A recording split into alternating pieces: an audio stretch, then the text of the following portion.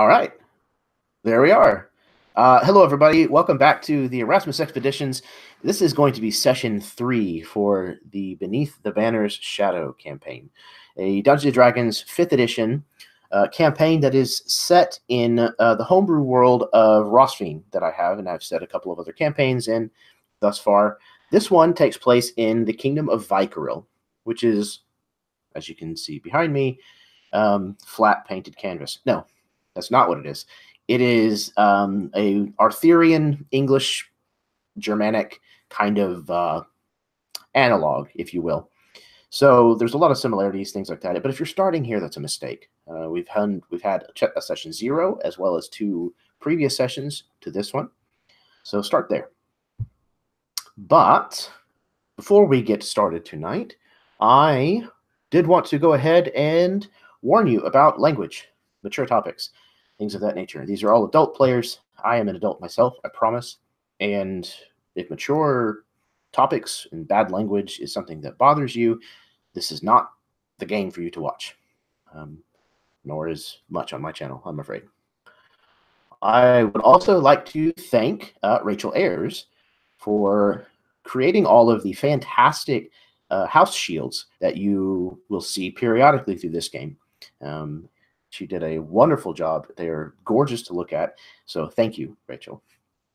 I'm going to toss it over to my players so that they can do their individual introductions, tell us who they're going to be playing this evening, plug their channels or projects they may be working on, etc., etc., etc. So first, Karen.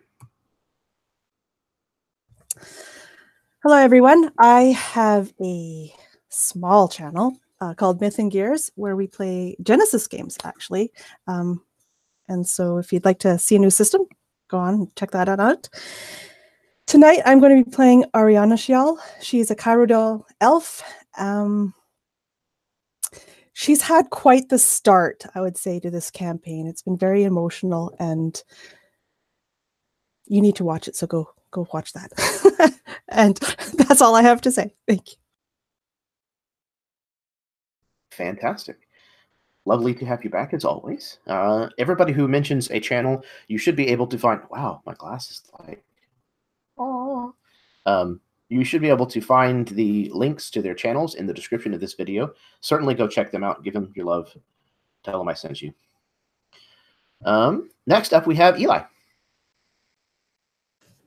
Hello, everybody. I am Eli Kurtz. I am going to be playing Sir John Lightenor this evening. He is a knight, a young knight, destined to master a new form of knightly combat. And very excited to be back. It's been way too long, and I can't wait to see what this weird, twisted forest is all about. It's kind of my shtick. I have done some stuff like that. I published a book. I am the head honcho at Mythic Gazetteer, which you can find the YouTube link down below. Right now we're doing a Blades in the Dark actual play campaign with Jeremy and Baron, so it's a fun time. It is a lot of fun. Can't wait for the second season for that. So start and promptly kill my character, because I know it's coming. All right, next up we have Josh. Hey everybody, I'm Josh. I run the YouTube channel Roll the Bones. Tonight I'm going to be playing Eddard Bainton. He's now a 3rd level bard, itching to kind of sort his life out, one adventure at a time, and learn some things about the world that he wasn't able to back at his library. Yeah, again, like I think everybody's going to say, Jeremy, glad to be back. It's a pleasure always, and it's been too long, even though I know this is the best we could do with our scheduling. It just always, even if we played tomorrow, it feel like too long. But yeah, I'm excited to get into it. Absolutely, brother. Yeah, I'm very, very excited to get back into this, and hopefully we can squeeze in one more before the end of the year. I'm digging where this campaign is going and how much you guys are biting into all of this stuff, and I can't wait to see how it develops from here. Next up, we have Steve. Hey, everybody. I'm Steve. I'm playing Dane Scarlet, the young squire-ish gentleman of Sir Lightenor, and things have recently taken a twist for for Dane. In the last episode, we saw an inkling of something that may not be so so squire-ish. But we'll see where that goes.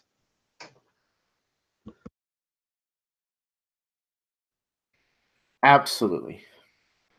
Bane has been a really interesting character to kind of watch unfold, and especially because he's so young and starting session 0 or lesson session. What the hell am I talking about? Level 0. Thank you. It's going to be really fun to kind of watch his overall progression, I think, and how he may change through the course of things. I'm excited about that. And last but not least, there's this other guy who plays with us. I'm just gonna skip right over. No, Baron. That's fine. That's fine. I see how it is. No, I run the. I'm Baron. I run the YouTube channel RWD Gaming. I put out some live plays of games that I run online. You can actually find my most recent one, a Caldera 2-shot. That Caldera is a setting made by Jeremy Lilly himself, and it's pretty incredible, if I do say so myself. You can find me and Karen in that, and it's probably worth the watch once we finish it up. But tonight I am reprising my role as Masaka Tord, the orc paladin who has been hearing some things calling to him in the woods. Hopefully that's a good thing. You do. All right. So we warned about language. We did introductions. We thanked Rachel. Do you guys have any questions before we get started? No? Cool. We'll go ahead and do it since we do it every time. Can we start already? God. Is that our thing? Is that our thing that we do? Apparently. All right. Party people. Let's kick this off. Let's play some D&D. All right. Oh, I have pictures. Like you guys had any doubt. I have so many pictures, it takes a little while to thumb through them. Here we go. Okay. Mood set. Lights, camera. Here we go. As the forest shifts to the noises of night, the rain slackens to a dull patter upon the leaves that surround you. The lush green of the Umbrawood's moss-blanketed ground has turned to a shade of blue under the light of the 2 half-moons. A fire would be a hard-won battle on a night like tonight. You have found a small clearing between 3 large oaks, where their canopies have stunted the undergrowth beneath their boughs. At once camp was made. The longness of a night spent in the wild of the Umbrawood begins to settle in.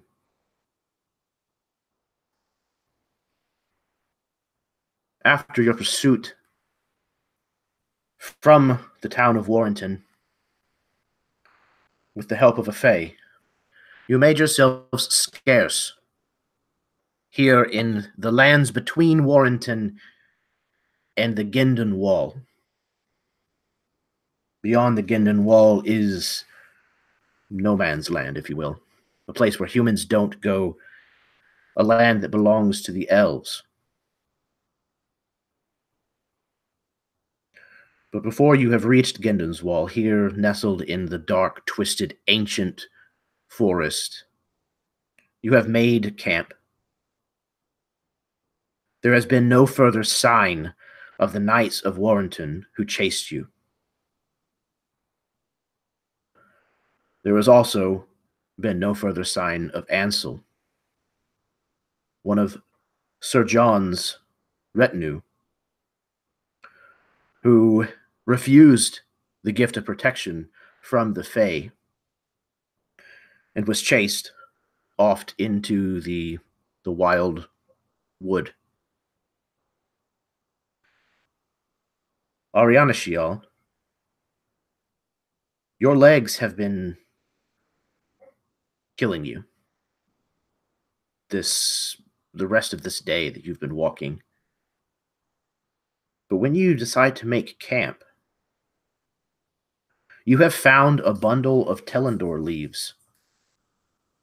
Could you please describe the moment when you found them, where they were, etc.?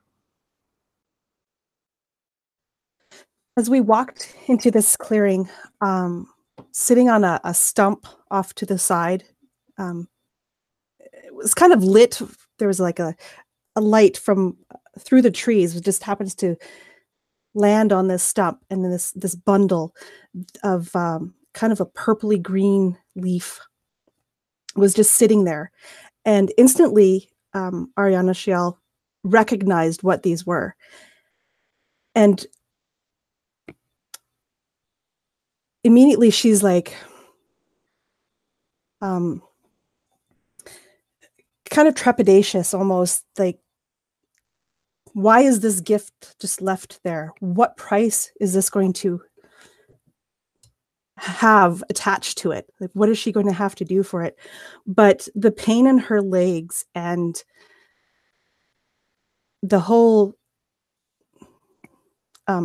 escapade, everything that they've gone through this last day, it kind of overrides her fear of this unknown price that she'll have to pay. And she goes over to this package and readily grabs it and quickly stuffs it into her knapsack.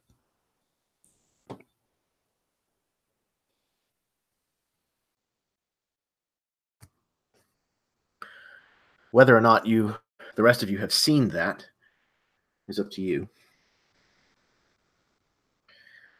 I imagine that another moment of camp being established finds Tord and Sir John in close proximity and without the prying ears of anyone else.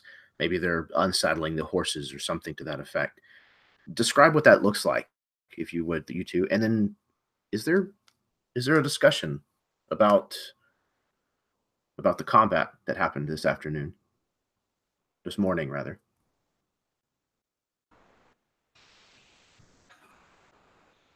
Well, it starts off very cordial for Sir John. He's like, taking the saddle off, and he's sending Dane off to go polish the saddle or whatever. And he he starts to kind of brush the horse down, and he's like, well, if it had been even slightly different today, I would have had the upper hand for sure. Oh, I don't doubt that, Sir Lightnor. Not for a second. Although I must... Go ahead. Tord has kind of casually walked up to his horse. Actually, I don't have a horse. I'm helping you. I'm assisting you. Just to be condescending. Yeah, I know. And if you would have stuck to your fine nightly studies and followed the rules, I'm sure you would have beat me anytime, just like you did today, right?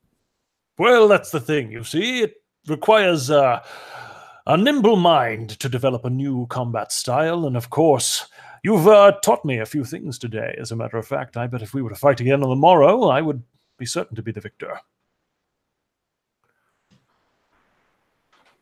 Maybe. Maybe not. But perhaps we should set about the task of dinner instead. Yeah, you're probably right. And Tord would scratch what wisps of hair he has left. I could probably see if I could maybe round a stag, maybe a doe. It's king's lands, but they can spare some meat, right? Perhaps. And Sir John's going to move close to Tord, within whispering distance, and lower his voice. We were sworn to do combat to the death, and one of us still lives. Tord would kind of drop. You're like right here. I would step back and not making eye contact with you. I know. We will finish it when it is appropriate.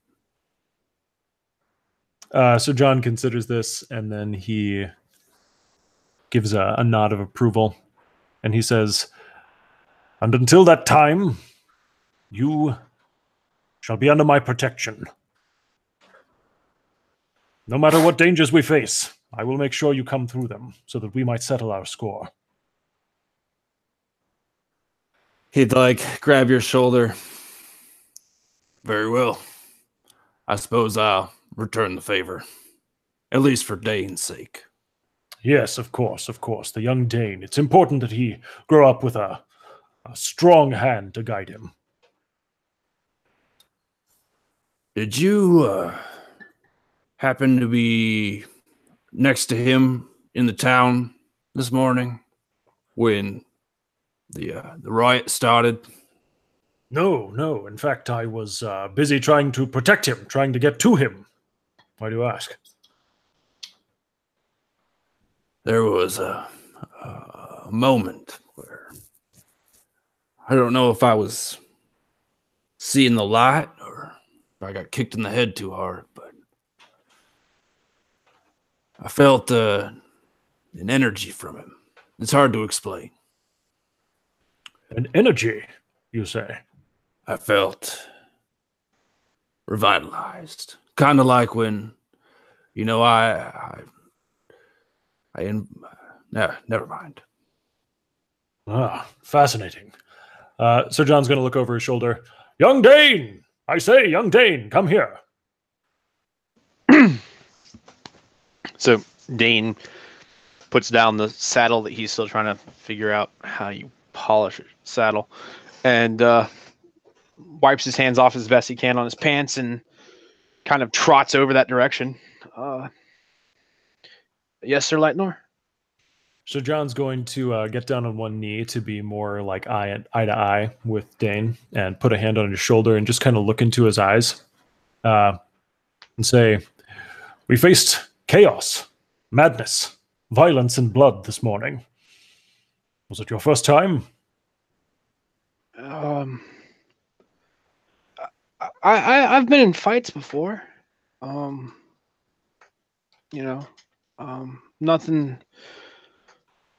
Nothing where anyone's ever died, but I mean, it's not the first time I've been kicked or punched, even by a full-grown man. And how did it make you feel, young Dane? It hurt. Yes. My ribs. And the rest of the day, how did that make you feel?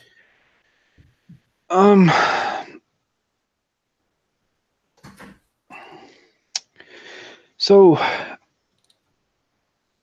at first, I guess it scared me. It's a difficult decision to have to do something that's not going to just hurt somebody, but might or would kill them. But if I didn't do what I did and you didn't do what you did, then I don't think I fully understand it yet, but I think we did what we had to do, and I feel like we did what was right.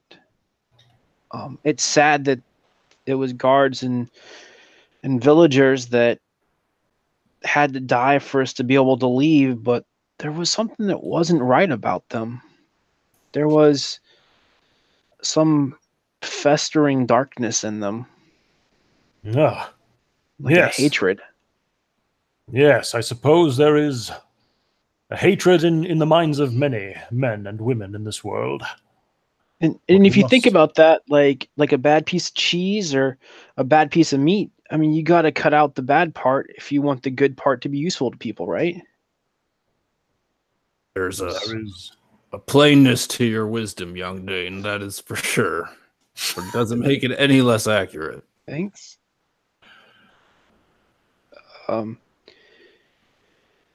How are you feeling? Both of you. I mean, you fought more than the rest of us, and with each other, and then like an entire town, all at once. Well, I mean, as far as I'm concerned, you were right there with me, with us, anyway. I was laying on the ground for most of it, getting my ribs kicked. Toward, yeah, me too. So while this has been going on, Sir John has been trying to scrutinize Dane to see if there's anything, like, basically he wants to see, like, try and perceive some sort of magical aura around Dane. And I don't think he has ever tried to do this or, like, been trained to do this, but this is just what he's doing while this conversation is going on. I don't know if it deserves a roll or what, but you know what? Sure.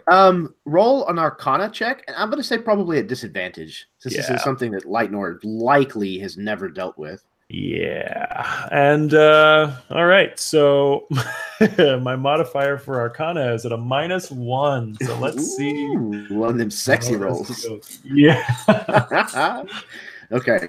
I think things are going to be going my way. I think so. 13 and 10. So the best I got was a 9. Yeah. I mean, like, you know, now that Tord said something, maybe there's something to Dane that you just hadn't seen before. But you can't tell if it's the simple wisdom that Tord has pointed out, or if there is something magical about him. Maybe he's grown an inch taller. Maybe. He's a little cleaner than he was last time you saw him. Who knows? Yeah, he's got whiskers. Strange. It's confusing, yeah, because it might just be the post-bath glow. It might be like actual magical ability. Yeah, I get those confused all the time myself. But so I think while this is going on, almost just like interrupting the conversation that was going on between Dane and Tord, he's going to say, "Yes, my boy, you are quite wise indeed. However, it must be said that wisdom only goes so far. Keep cunning close to yourself as well. Use the violence and the chaos of this morning. Use it as a teacher. Learn from it, my boy. And in time, you too will be able to weather those storms in the same way that Tord and myself have done." I'll keep trying and learning. I know that's what you need me to do. That's what I need to do. Yes, quite so. Well, anyway, back to your saddle, boy. All right. What about Eddard and Ariana Shial? Now, the two of you, I know Eddard at least has spent likely most of his life in Warrington. And Ariana Shial, if I'm not mistaken, you've lived there for at least some time now. Is there a part in the evening where the two of you might be having a conversation about having to essentially run from your home, be chased from this place that you would call home?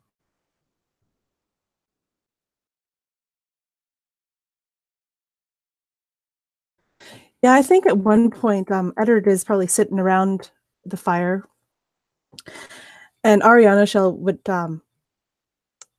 approach him and sit down beside him. "Eddard, I wanted to say I'm sorry. I haven't been a very good friend the last couple of days. I've had so much going on, but so have you, and I haven't even bothered to see how you're doing.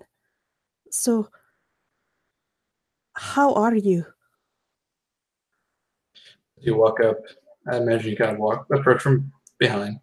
He's sitting in front of the campfire, and his normally let down red hair has been pulled back and into a kind of like a high ponytail.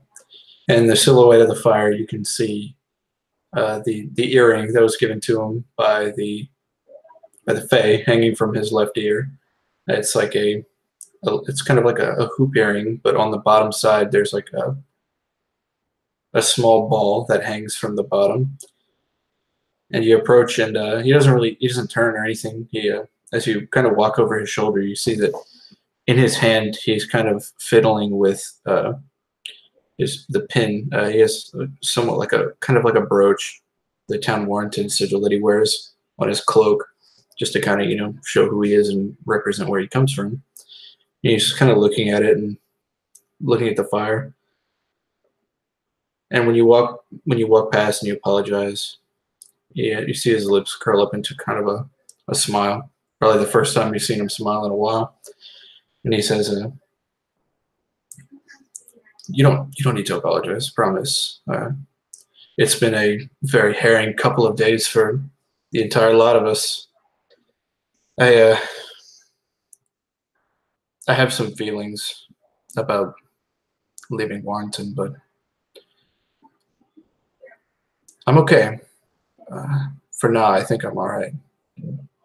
I look forward to seeing, I look forward to learning what there is to learn about the world outside. But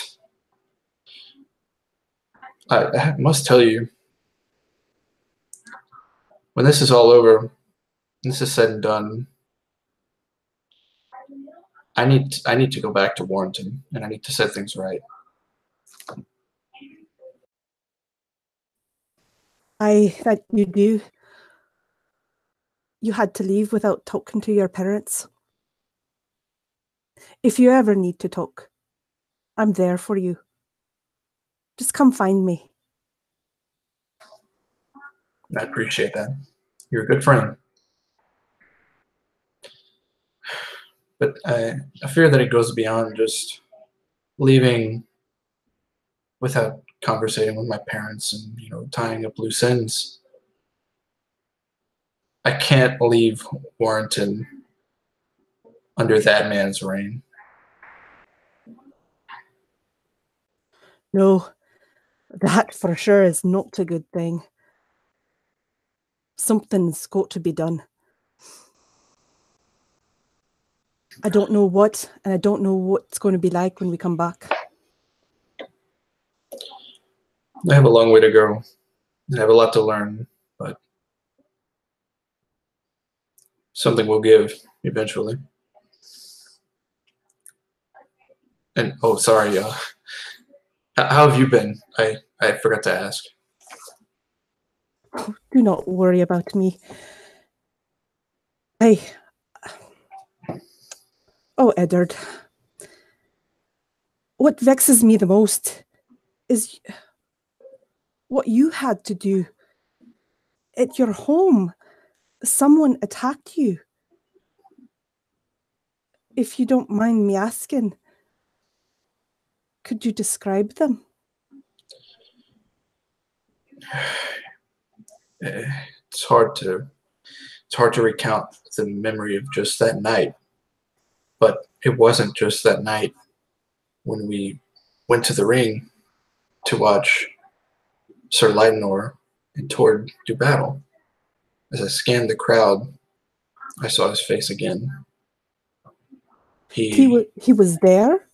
I don't know. I don't know if I was just hallucinating, but it was him. He had tan skin with wrinkles around his eyes, and he wore a black cloak. His features looked, and don't take this the wrong way, but he definitely looked elven in some way. I don't think I've ever seen a human look quite like that. His eyes were almost yellow and red, and he appeared above my bed, straddling me over me. And in that moment, I was sure that he was dead, and so was everybody else in the town. I mean, I was on trial for it. But to see the visage again, not even 12 hours, something very upsetting. Aye, for sure. And that's got me troubled. You see, if he was elven, somebody's trying to stir the pot, and we don't need that. It's already bad enough. That's for sure. There's enough to deal with, but who knows? I guess it will reveal itself in time. All that we can do now is just keep on. By the way, do you have any idea where we're going? Are we heading north? I really hadn't thought about it very much. I just needed to get out of there. My thought was to go north of the wall, but I don't think you'll all be welcome. I know. But I don't know. I guess it's something to convene with the others about. But I think that can wait till the morning. It's been a long day. Aye. You get yourself some good rest.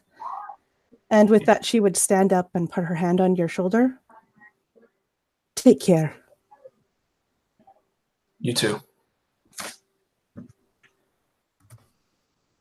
Eddard, as you stare into the light of the fire, you see this coppery skin, this hair almost as red as your own, like leaves turned in autumn, and these golden, piercing, shrouded eyes all dancing in the firelight as you hear in your mind again, Eddard,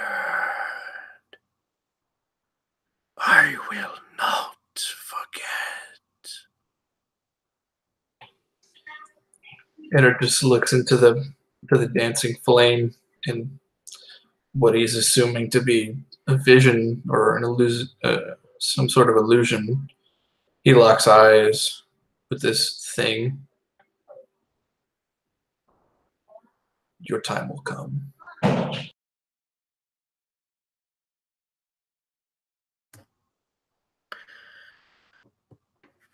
That evening, Dane,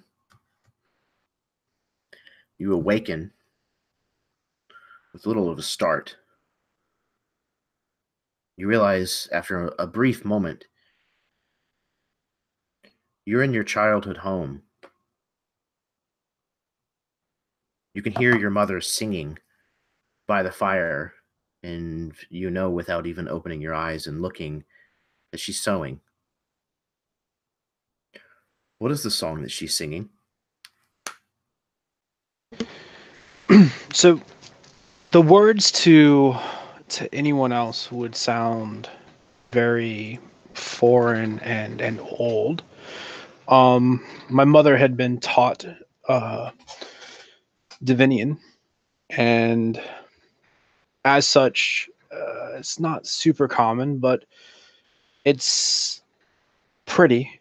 And the song itself is more of a folk song. It's about a group of brothers, three of them, who had taken up essentially farming implements against some evil that plagued the land, and it's this song about their adventures. It's one of Dane's favorite things. It's what turned him on to being a knight, was the idea that it didn't matter where you came from, it didn't matter how you were born, and it didn't matter what metal that your armor was made out of, it mattered what metal you were made from. And so the song kind of goes along that route with their exploits and dragons and castles and princesses. And so there's this smile that creeps across Dane's face, even in this startled moment of popping into a home that he hasn't been in a very long time.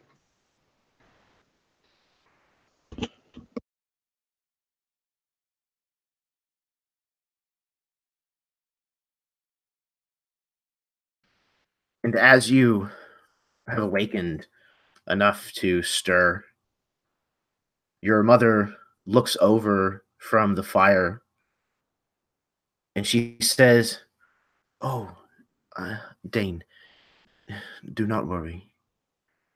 There's a storm coming. There's thunder on the horizon. That is why you have been awakened.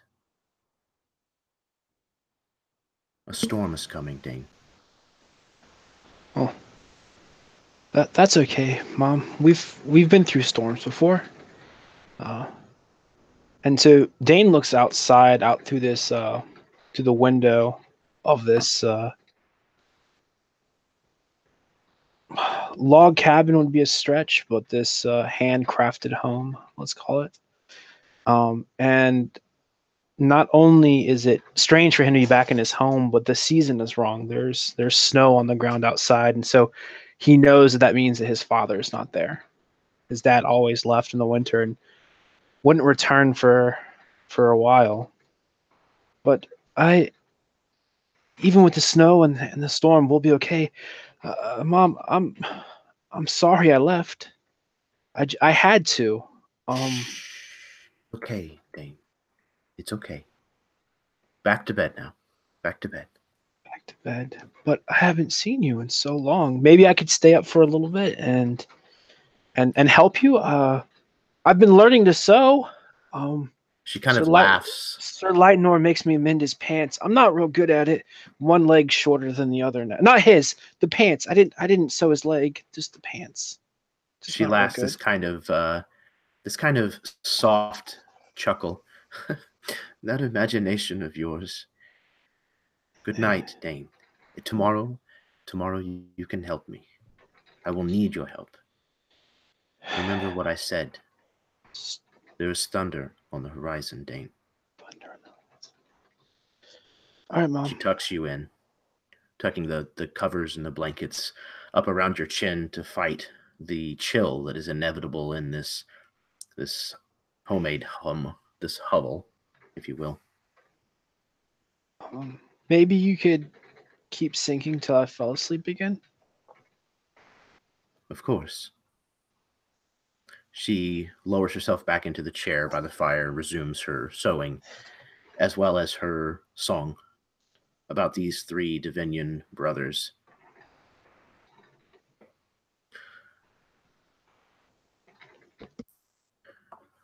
So,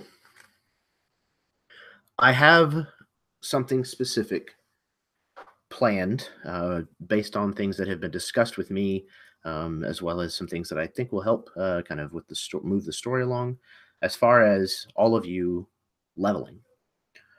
So what I would like to do is we're going to save Tord and Dane for the end. The other 3 of you, if there's anything that you would like to describe, a scene that you would like to have, anything of that nature that kind of would showcase your character gaining experience and knowledge, leveling up, if you will, then Sir John, Eddard, Arenishial, if you would like to take a moment to do that, I would love to hear what you've got.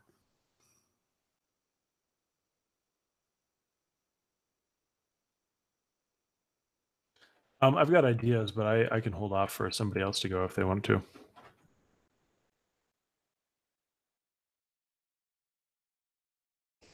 I guess it would be late at night, probably, in the middle of the night. Everybody else has been sleeping.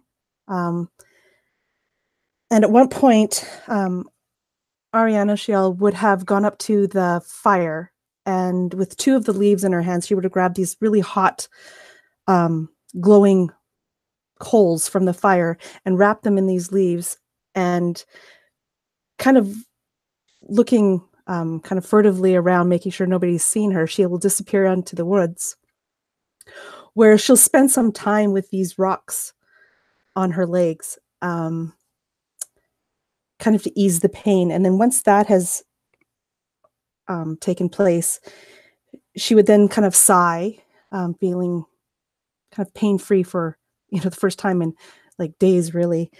And she would then take out her short sword, and you would see her start to go through some forms, and almost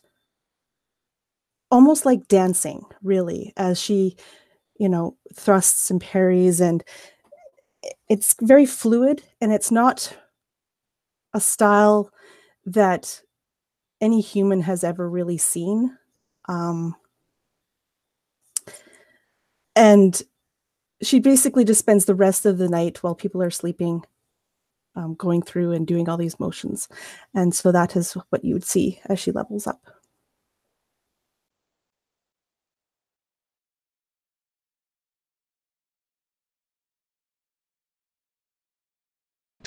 So, so John, he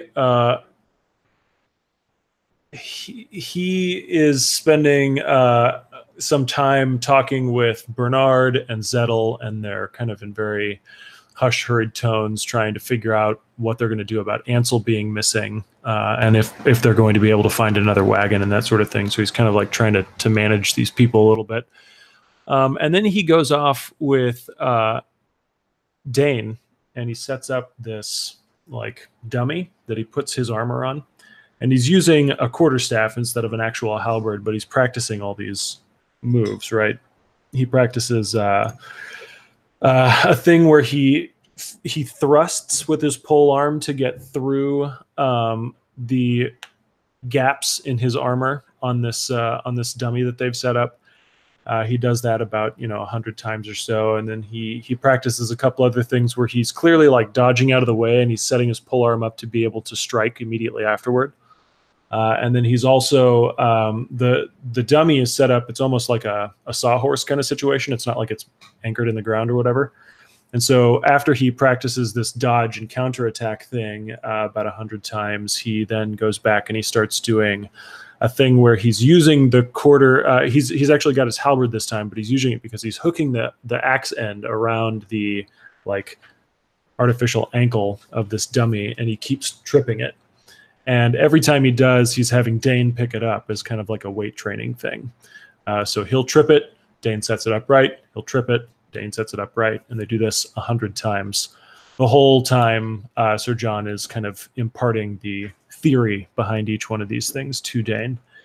And then he leaves, and he and Zettel go off.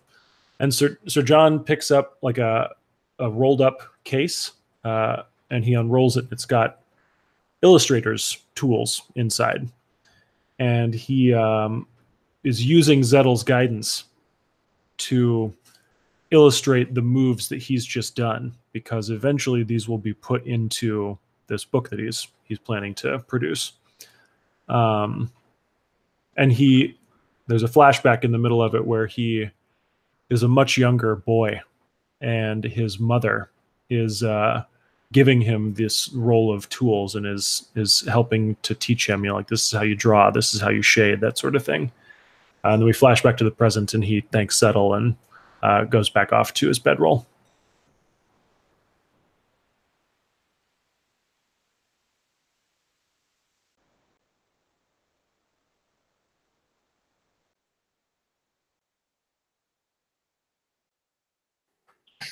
So for Eddard, I think it's sometime early in the morning hours, 2 to 3, 3 to 4 in the morning. He's been sleeping all night. Eddard falls into a dream. And in the dream, you get the shot of like the camera pans wide down the hall, and you can see that it's almost dark black, other than some torch sconces lighting the walls intermittently on pillars. And then the distance stands 2 figures, 1 male, 1 female, humanoids. You see Eddard standing in front of a red-haired woman, something in her eyes. She's definitely arcane inclined. It's oh my god, I forgot her name. How did I forget her name? I just knew it. You guys know what I'm talking about. Jeremy knows what I'm talking about. Reagan? Reagan, that's right. God. So yes, it's Eddard and Reagan standing amidst some dim torchlight, and they're practicing some of the magic that Reagan was trying to give Eddard. And she leans in close. For this one, you must only use it in the most dire of circumstances. Use this anywhere in the public eye, you'll be executed, practicing dark magics. But it may save your life one day. Ri Asaz. Re Asaz. And as she exhales on the last Z, just this like slight purplish, like dark purple energy comes from her mouth. Asaz. And it already Re Asaz. Re Asaz. And he's unable to summon forth the arcane energy that Reagan is off-putting. And he looks down for a moment at his hands to see if there's any change. Nothing. He looks up again, but it's not Reagan anymore. It's the face of the man. It's him instead. Come on, Nedard. Re Asaz. Re Asaz. And Nedard just Re Asaz. He's panicking and he backs up. And as the man approaches, he just continues to say it louder and faster. Re Asaz. Re Asaz. And then he awakens at the campfire and he just yells at Re Asaz.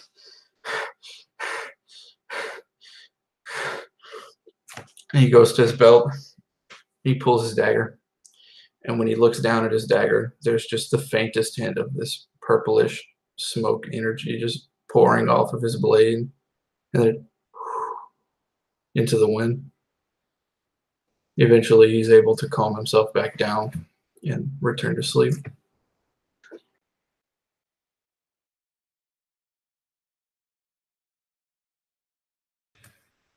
Fantastic. Each of you, the three of you, if you would, please take a point of inspiration. One small addendum to you, Sir Lightnor. I think we have a brief moment where we are miles away, flying over a different forest entirely. Still in Vykaril, but in a completely different part. And we see a smaller castle, but still a castle. Perhaps a converted abbey of some kind, or what was once a fortress, maybe even a Divinian fortress at some point. We fly through candlelit hallways bearing the symbol and the colors, the heraldry of House Lightnor. We follow a man of lower station in the house as he bustles through these hallways carrying a scroll in his hand. He approaches a heavy, fortified, studded with iron, but a wooden door, where he raises a fist and knocks. A voice from within calls, "Enter." This individual does, holding the scroll out in front of him.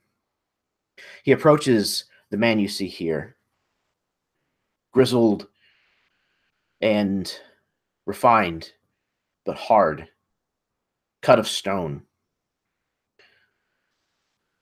The elderman of House Lightnor, without looking up, holds his hand out and receives this scroll.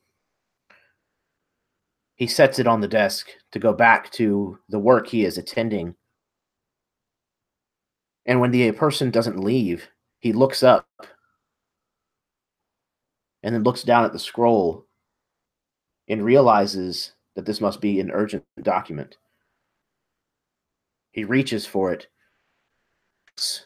the wax seal from it with a small, slender dagger, and unrolls it. We see as his eyes scan this document, this scroll by the firelight, as his brow furrows deeper and deeper. You see a small twinge at the corner of his mouth. He crumples the parchment up and tosses it into the fire, disturbing the hounds that sleep near it. He missively waves this person from the room and then stands from his chair and begins to pace. Disappointment and anger visible in his body language.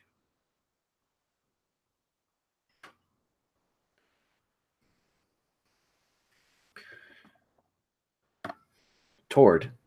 And what would he be angry about? Good question. Tord. I believe you wanted a hunt. Is that correct? Yes, I did. Would you please walk us through how that goes? Oh. You see, I watched Sir John smack away at his dummy for a little while, and that amused me for a bit, but I felt the old stirring in my bones that I get from time to time when instincts kick in. I've got this cloak that I wear that's made of multiple pelts of various quarries that I've hunted. There's a bear, a boar, a bit of wolf.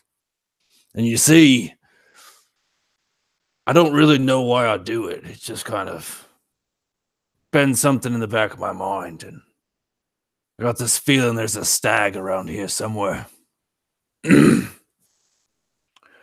So I grab my bow and I walk off into the woods in the dark. We Angorians aren't as adept in the darkness as our cousins, but we manage pretty well. Hunting is not too out of the ordinary. And I came upon a stag, and after a few moments of planning my shot, I fired and pierced it. And after running a few steps, it fell to the ground and died. This whole time, I've had a phrase echoing in my head. Find solace in the wood. I'm not sure what that means, but this is about as close as I think I can get. So I begin dressing the deer, the stag, and a process comes to mind. I gather a few branches of birch and ash and rowan and oak, sturdy building materials, and I set them on fire and tan the skin a little bit, letting the mixture of the smoke and the blood kind of fill the air. And as this time, I felt something else there with me. I always felt like there was something in the woods, but it was everywhere. You do indeed. When you have set this fire,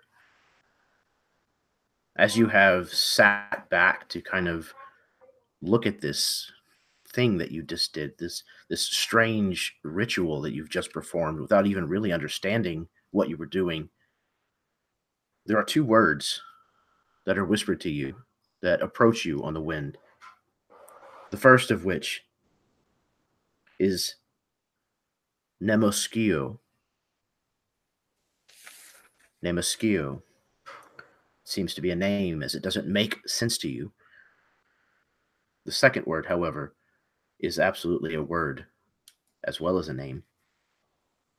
And that name is Thraklathadur, an orcish word, an orcish name that means the uniter, or more literally, to bring under one rule.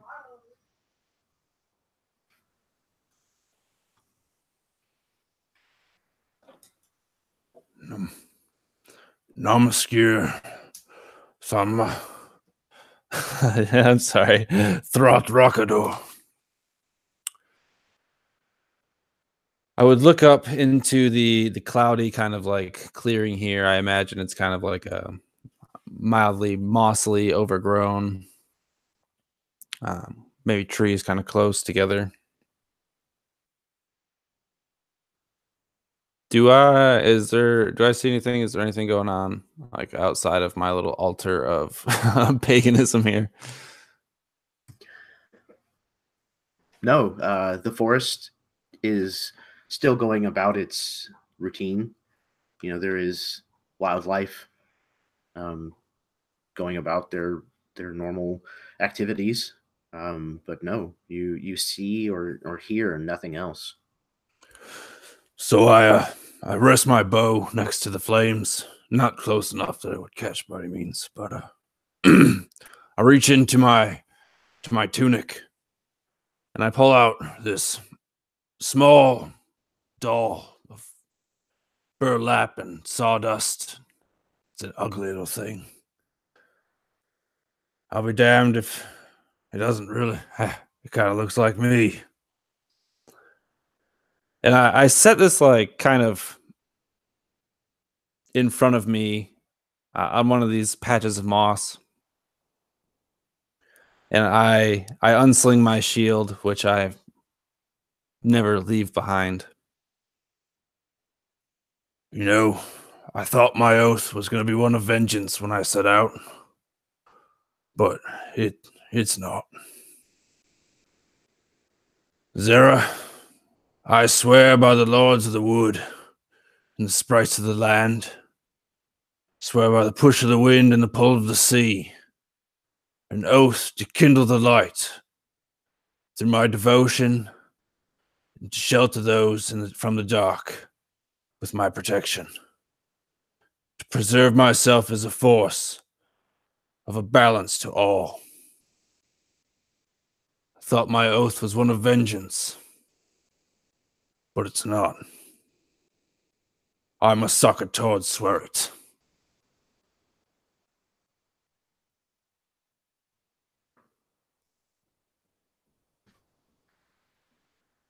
You swear this oath to the oak, to the rowan, to the felled stag, to the moss.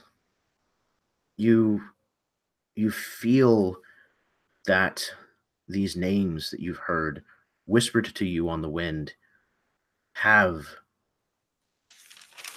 something about them that you feel that you need to find out, that you need to pursue, you need to understand more. They're not mere names. They seem to hold some sort of power.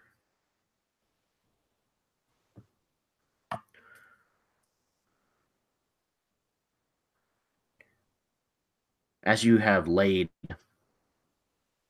the doll out onto the moss, there's a rustling noise, and an animal bursts forth into this small clearing where you have found yourself. A very rare sight. It's a black doe. And this doe walks straight up to where you are kneeling with no fear, eyes you as it approaches, and then lowers its head and touches its nostrils to the doll, just ever so slightly, and then looks back up at you, almost looking straight into your eyes. And its ears turn and twitch, and it turns and bounds back off into the woods.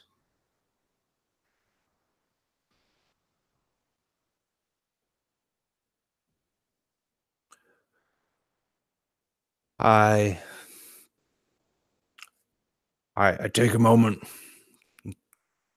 kind of absorb what's happened. The fire is nothing real more than a smoldering at this point. Time has kind of broken for me. Was this a dream? Was it real? And I'm going to spend some time removing the horns from the stag and attaching them to my motley patch cloak of furs and return to camp sometime in the morning. Fantastic. Okay. Dane. Dane, at some point, you're off by yourself somewhere. Away from camp. Maybe not far, but far enough. Right, What are you doing? So Dane is walking quietly. Anyone that would observe him realizes this is a young man who grew up on a farm hunting in the wilderness, right? So he's not thrashing through the underbrush here, but he's talking to himself. He's carrying on this very two-sided conversation by himself about how the things that have gone down will be okay, and that if you have to fight bad people to help good people, that doesn't make you bad. That sometimes the only change that the world understands is brought on by violence. And then he kind of explains to himself that, when a baby calf is born, there's a lot of blood, and it's pretty violent, but it has to happen for a new cow to be born. And so he's kind of convincing himself of that, and idly he's running his hands through these taller flowers, and he hits this stick, and he picks it up, and he starts kind of playfully whacking at some of the taller grass like it was a sword. And as he does this, he doesn't even realize he's kind of counting the swings that he would have to count if Sir Lightenor was watching over him and training him, and it's almost like second nature to him to do so. And as he's walking, he starts smacking what look like river plants or plants you might find near a lake. And he steps out into this lake, and everything is calm. And this is the calmest that anything has been for him since he left home. And there's this momentary flashback of his father having taken him fishing, never in a boat. They couldn't afford a boat, but on the banks and fishing. And there's a little basket that has some bread in it and some cheese. And he kind of laughs at himself as he can see his father cutting out this bad chunk of cheese and just throwing it into the water, and even the fish kind of like swim away from it. And well, I guess if even the fish won't eat the bad, you really do have to cut it out. And he just kind of laughs and then sits down against a tree at this lake and enjoys the fact that he's not trying to roll a barrel up a hill or polish a saddle. I gotta figure out how to polish a saddle. Are they supposed to be shiny? As you are wandering, both in body and in mind, when you realize that the singing that you're hearing isn't in your head, you hear a woman's voice singing, and it dawns on you what song you're hearing. The song about the three Divinian brothers, sung in Divinian, something that you likely have not come across again since your childhood. So Dane will like push through the taller water grass and start looking around for the source of this. There's only 2 people in his entire life he's known to speak Divinian. And this doesn't sound like either one of them, but still, I mean, that's something, right? That's more home than anything else has been. So yeah, he starts like parting the grass and like trudging, like even maybe into the water a little bit, trying to figure out where this song is coming from. And as you do so, you spot a woman stooped over, washing her clothing in the edge of this lake. And at first, the outfit, the clothing that this woman is wearing, it looks like one of your mother's. And even the shape of her and the way that she seems to move even reminds you of your mother. But as your foot kind of plods down into the water and makes an audible splash, this woman turns and looks towards you. And you realize in that moment that it is not your mother. Though there are features of her that look similar. She says, forgive me. I did not know that there was anyone else here. Yeah, I'm sorry. I wasn't trying to interrupt or eavesdrop or watch you washing your clothes. You're still wearing your clothes when you're washing them. No, you sing really nice. Thank you. Are you out here alone? I'm here alone, but not out here alone. I have some. I don't know if I should tell you. Oh, forgive me. I don't mean to pry. No, it's you're not prying. I just, there's been some business recently, and I understand. She kind of puts her hand out. You needn't say anymore. Okay. One who will protect his friends is, well, that is certainly a rare quality these days. You don't have the look of a... She kind of hangs her head. You don't have the look of a robber. No, I think the only thing I've ever stolen was a pie. Dad made me give it back. It sounds like your father had virtue. He did. He is a good dad. Dad. I guess all dads are mans. But I think that maybe he has passed some of his virtue on to you. I hope so.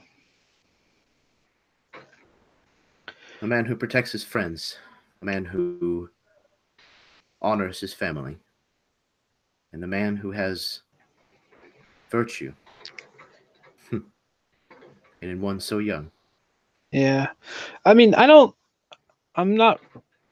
turned 16 in a month or so. I'm Dane, and he kind of holds out his hand.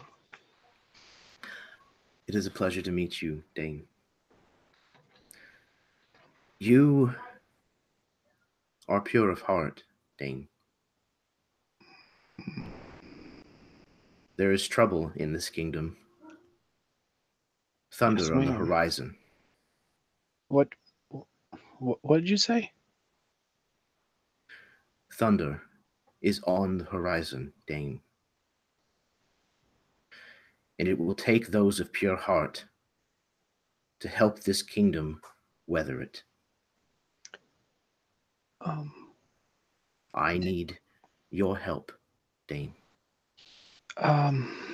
He takes a step backwards, right? It's a little bit much for him that she said the exact same thing that his mom did.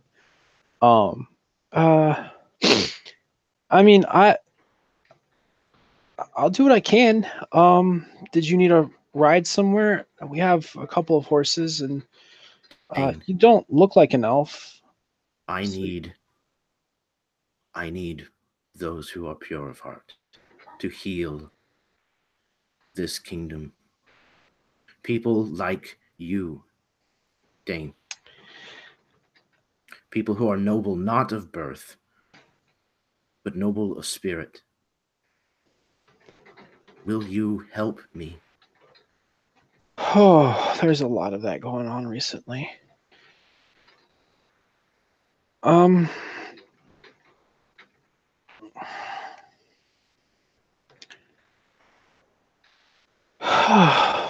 Oof. Oof. I don't. Man, I don't know who'd have my hide worse, Lightenor or my dad, if I said no. But yeah, yes. If the kingdom needs help, I'll help you. Whatever I can. It won't be much. I haven't even finished my sword training. But I'll try. You will be my knight. You will be my champion, Dane. If only we had a sword. She says, "Oh, one moment." She causes the water level at your feet to lower, as if being drawn out by a tide. And lying in the shallows, amongst the reeds, you see a dirty, old, beaten scabbard with what looks like a rusty, broken sword sticking from it. So Dane gets a real panicked look on his face and starts looking around because you're not supposed to do magic, and we're already in a lot of trouble for this. So, Dane, yes. when you look down at this scabbard, you see that it has a name that has been stamped into the leather, that even though it's been sitting in this murky, still, almost stagnant water, that there is the name Celestial emblazoned upon it. Now, Celestial is not the first time that you have seen as a name attached to a blade. Do you recall the moment from your past that you have seen a sword named Celestial before?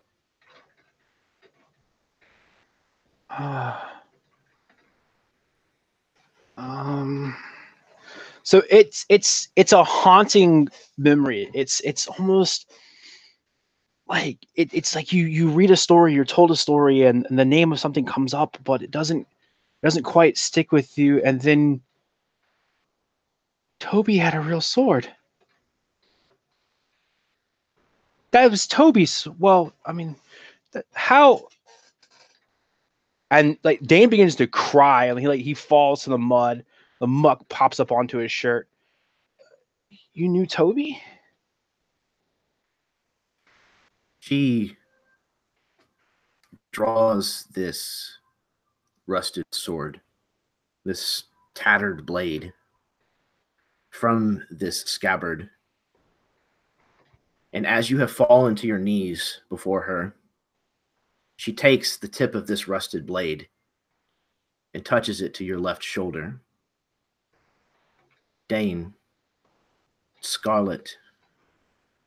She raises it above your head and then touches the other with it. I dub you my knight, the knight of pure heart. This will be your blade. Carry it with you always. Let your heart guide you, Dane. You will never stray. When the time comes, I will ask more of you.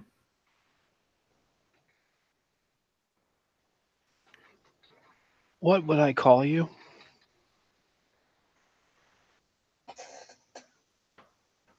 Call me the Lady of the Lake.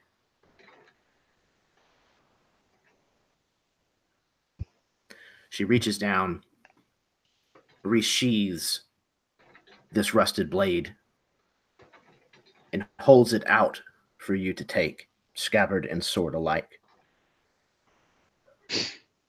So he does. He stands up and takes this, both hands.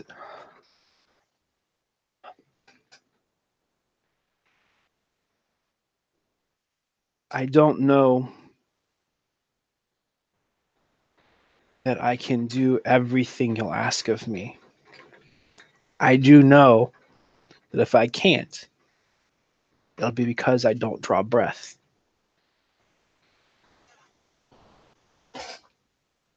Let us hope that there are many, many moons that set before that happens, Dane.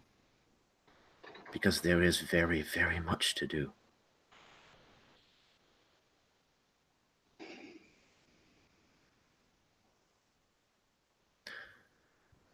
I think that that's where we're going to take our break. Or at least a break. 5-10 minutes. Refill your drinks, go to the bathroom, kiss your spouses, smoke them if you got them. Hang around, everybody. We will be right back for the second act. Sure, why not?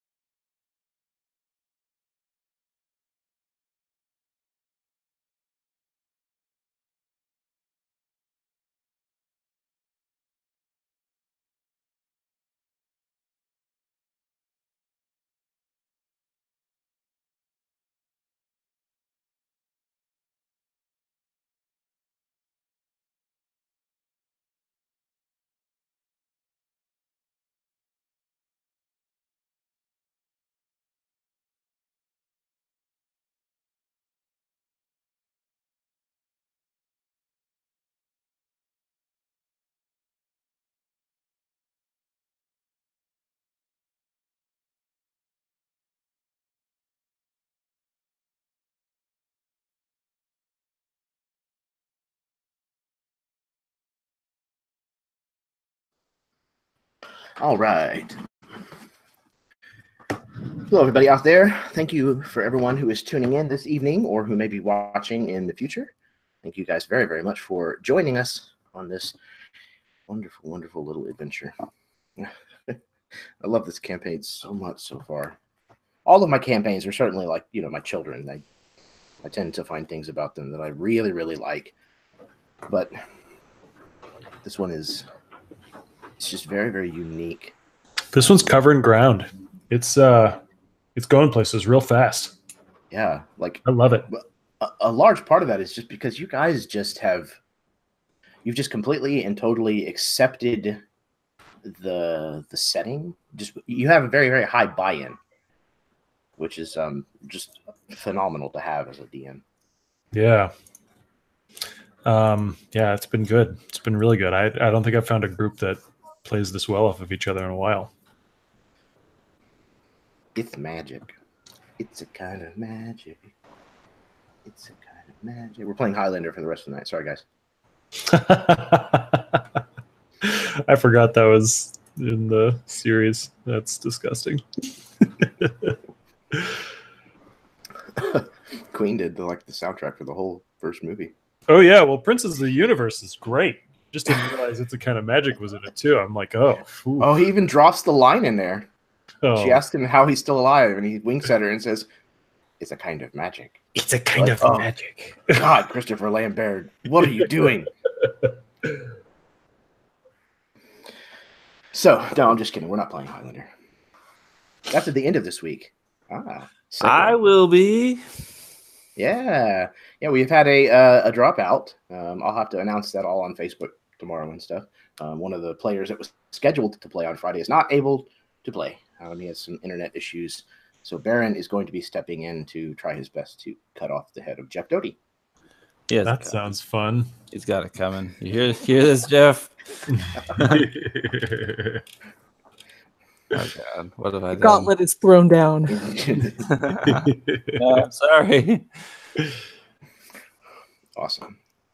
We will give Josh another minute or two to get back before we'll dive back. Oh, no, I'm here. I've been here this whole time. Ooh, sneaky devil. You underestimate the sneakiness. All right. Are you guys ready to dive back in now? Oh, yes. Yeah. Cool. All right. Ooh. I have a picture.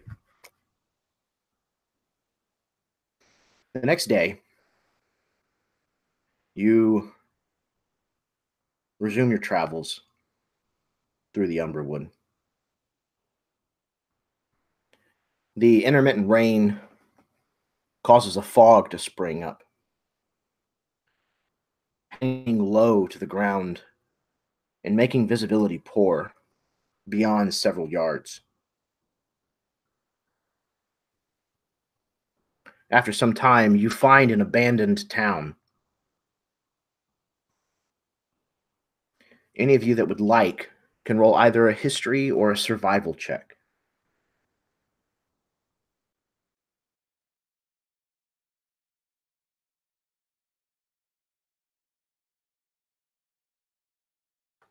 Got a 12 on a history check.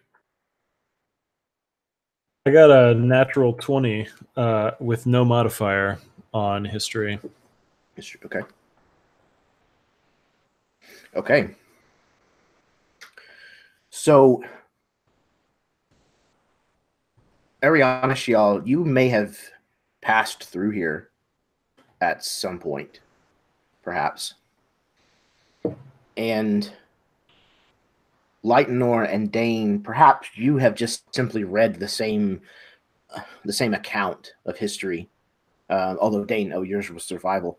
So Dane, you've probably heard this as more of a rumor of what happens to kind of these towns that are situated on the northern border between Vykaril and the Elven lands. This is the town of Meyerford. And now this town is really only used by the Rangers of Gendon as kind of a way station along their patrol of the border march of the northern territory. It was abandoned almost 10 years ago now, when there was an outbreak of the Bloodmouth Plague that happened here. You see on the hill that kind of overlooks the town that there is a small fire going. It doesn't look like it's burning quite as brightly as it is here in this picture. It's died down, but you can definitely see its glow kind of illuminating the underside of the branches and leaves of the lower part of this tree. And you can see several bodies hanging from the branches of this tree. Other than that, there seems to be little movement that comes from the town, aside from wolves and animals that seem to be feeding and then scattering as you get closer. What would you like to do?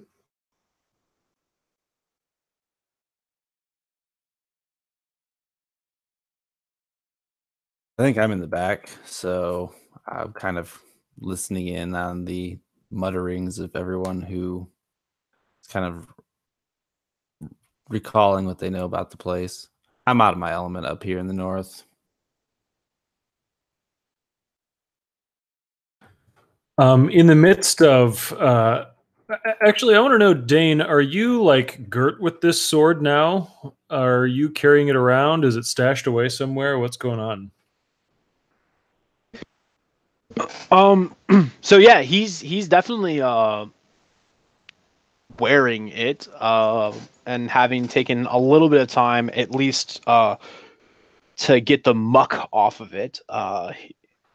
But he hasn't, shirked any of his saddle polishing duties to fix the scabbard or anything. But it's not like displayed like yours is, right? It's underneath like his riding cloak. So you've probably seen it, or at least a glimpse of it.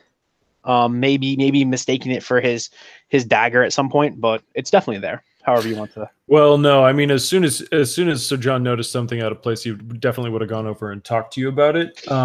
What is your excuse for having this sword?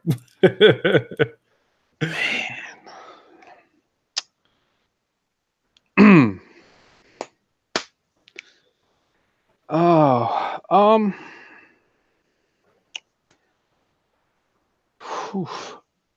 So I was walking and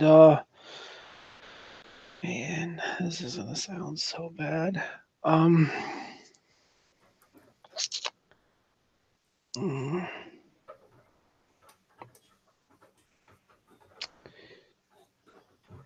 It was in the bottom of a lake. Well, not the bottom, more like the edge part of a lake. And there was a lady out there who was washing her clothes. And she told me I should take it. So I did. My young Dane, listen to me now. You must understand. Firstly, it is never all right to observe a woman washing her clothing. Second of all, especially not in the Umbrawood, do you realize the Fae that could have been playing tricks on you and now you're carrying around some token of their creation?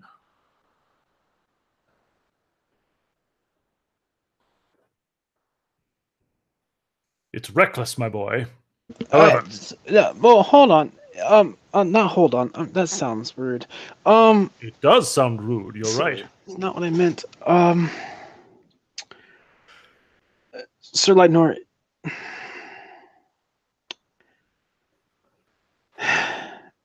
have I ever lied to you? Why, not to my knowledge, no. So that means one of two things. Either I'm very good at lying, because you're a very smart man, or I'm very honest. I'd like to think it's the latter. This wasn't a normal woman. Well, that much would be plain. Distributing swords pulled from lakes in the middle of a forest? And so Dane would get closer to you. She used magic to move the water in the lake. This is exactly the problem I'm talking about. And now you're bound to her with this trinket that you carry around, this disgusting, rusted, probably about to fall apart weapon. Preposterous. What part of it's preposterous, Sir Lightnor? The sword, or that someone would have chosen to give me one? No, my young squire. You're not fit yet to carry full arms and armor, but if you want to carry around a rusted blade, I have no problem with that. The problem is that we are already up to our neck in magical mayhem. I gave a piece of my hair to a fae yesterday, and you kissed her. You kissed her! Oh, heavens. However, I thought perhaps we can make it through. Perhaps we'll find some way to locate Ansel and get out of this in one piece. But and then I wake up this morning and there's a rusted sword strapped to your thigh, given to you by a woman in a lake, in a magic forest. Oh, I tell you this, my young squire, I will do what I can to protect you, but I have a feeling there is a lesson right around the corner. And I hope we both learn from it. I think there's a flash in Sir John's eye where he's like, what? Insolence. But he doesn't actually say anything. He's just like, whoo, making a note for chores later. And then... Right, and Dave definitely knows like that just happened. Yeah, you know that there's like another 2 or 3 barrel hills at the end of the day. But yeah, so that happens. And now we're like back in the present at this village or whatever. And so I think Sir John, he cracks a little bit of a joke.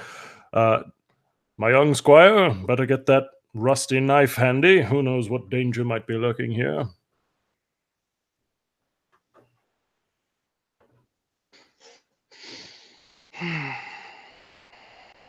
Yes, sir.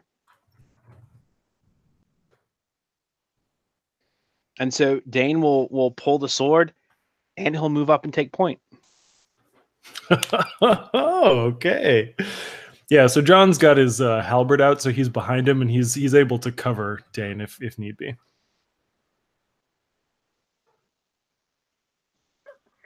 Thank you both so much for that scene. Oh man, that's fantastic.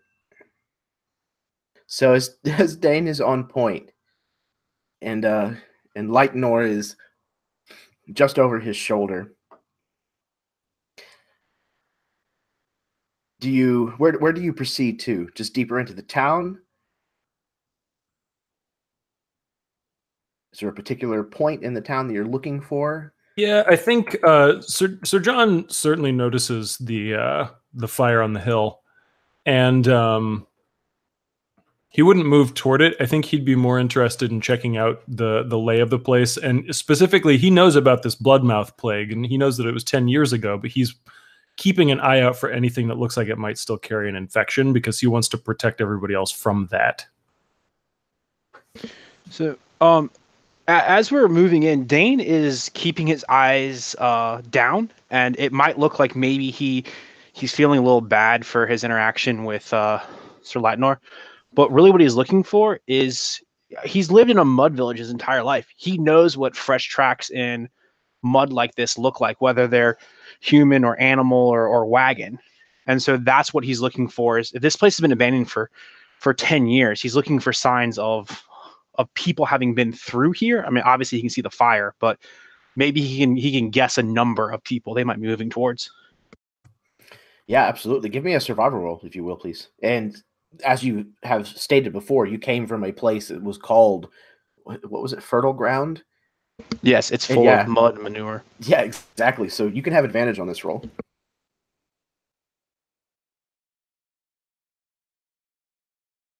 That's good, because I rolled a 2 and then a 16. So it's going to be a total of 19. Okay, so you easily spot the myriad of animal tracks that come through here. Cloven hoof, that's, obviously deer, as well as boar. You also see wolf and smaller animals, game, as well as you're fairly certain at least one bear, set of bear tracks, though those do look quite a bit older. The freshest tracks, however, have been made by shod horses. And it looks like probably about a dozen of them, the numbers of which would be more than coincidental to the knights that had set out from Warrenton looking for you. Right. So Dane comes to a pretty abrupt stop as all of this sort of compounds in his mind. And as bravely as he took front, he now turns and looks at Sir Lightnor with what is probably terror in his eyes. And he offhandedly points back with his left hand, and his quivering right hand holds this rusty blade. Sir Lightnor, those are night horses, the tracks. A dozen of them. That's probably who's up there. Night horses make different footprints than farm horses. Those aren't farm horses. They're waiting for us. They're going to arrest us, or they're going to kill us, and they're going to take us back. And I told that stupid lady that I was going to protect everything. So John puts his hand on Dane's shoulder and says, my boy, remember, I told you I would protect you as well, and I am perhaps more capable of delivering on my promise than you are at the moment. That is fine. You are untrained, but we are working on that. However, you said these knights will either arrest us or kill us. What if they don't? What if we take them instead?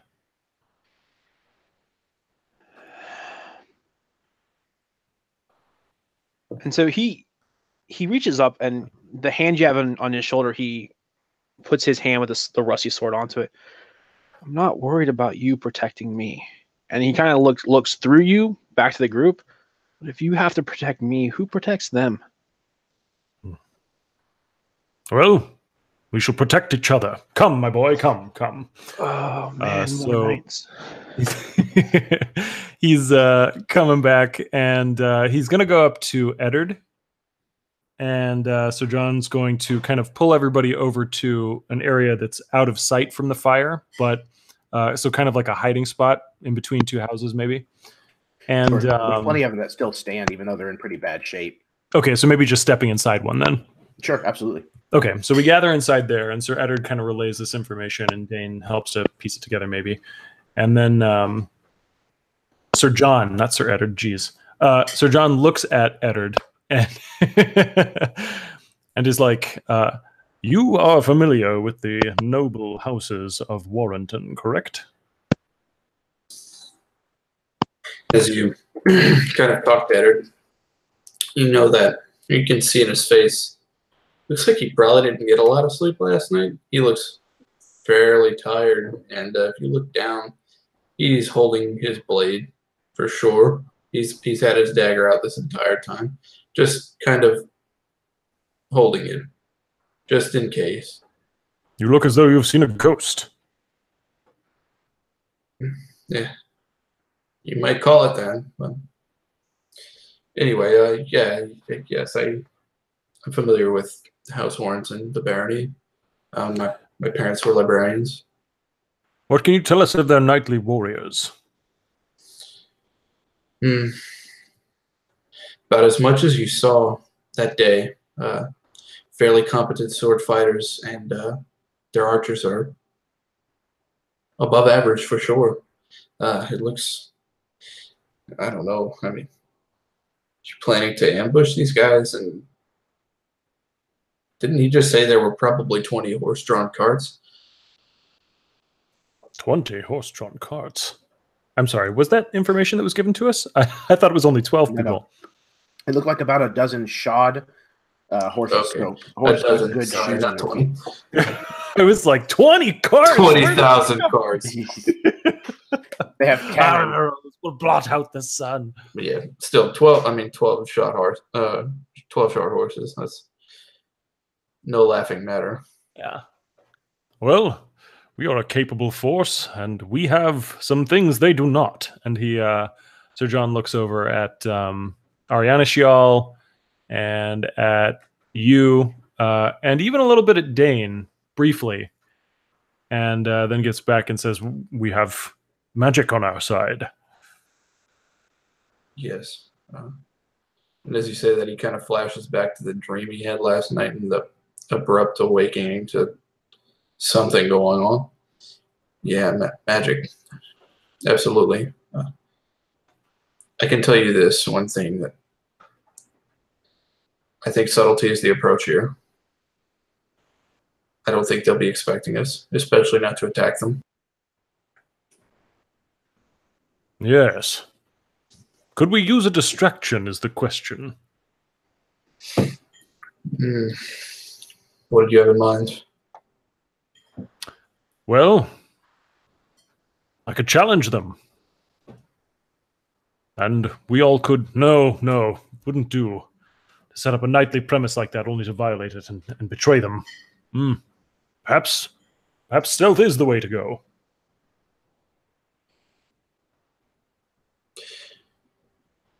These guards probably know my garb, and they will probably notice my brooch.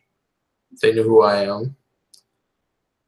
And just the promise of taking at least one of us back, I think, will be plenty enough to distract them from the rest of you.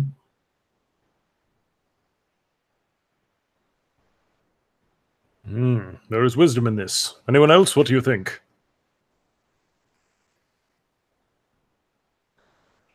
What time of day is it at this point? It's very difficult to tell just by looking around because of this dense fog that's kind of clinging to everywhere.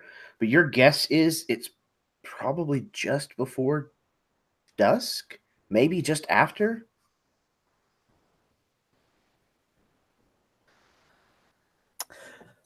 We could probably wait a few hours maybe while most of them are asleep and sneak in and do it then. I don't really know what you expect from me in terms of sneakiness. I expect nothing from you, but not sure why you're still here. To be honest, I'm not really either. But I told my friend Edit here I'd accompany him. Ariana Shell, I know that your prejudice against orcs are vast, to say the least, but Vast prejudice. I think that we are all in a similar situation. I think Tor is of great value to us. Am I the only one here who's at least a little bit disturbed about the fact that he was fighting against us? I mean, he tried to kill Sir John. And you are all okay with this? But did not succeed. You were down. It was as good as dead. And yet I stand here before you. I would actually look at Dane, because Dane was there when I healed Sir John, and I have yet to tell Sir John about this. So I'm trying to don't talk about it. Has anybody bothered to ask, Tord, why was it you that was fighting against Sir John? Ooh. How much did they pay you?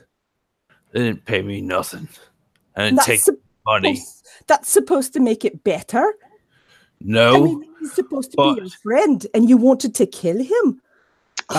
Hey, I realize that I'm not a knight or an elf, but maybe we could argue the merits of who beat who and why after we're not dead from the people on that hill. Thank you, Dane. Valid And point. Besides, something that we should all have realized recently is it doesn't matter who you fight. It matters why you fight. And I suppose he had a really good reason. And that should be good enough. It better be a damn good reason. And she'd stalk away. Hey, the only reason that Lightnor was fighting was because of your family. That was a good enough reason.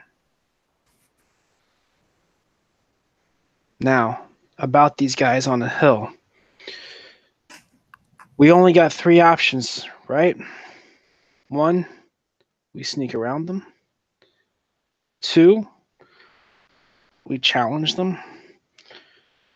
Or 3, we cheat.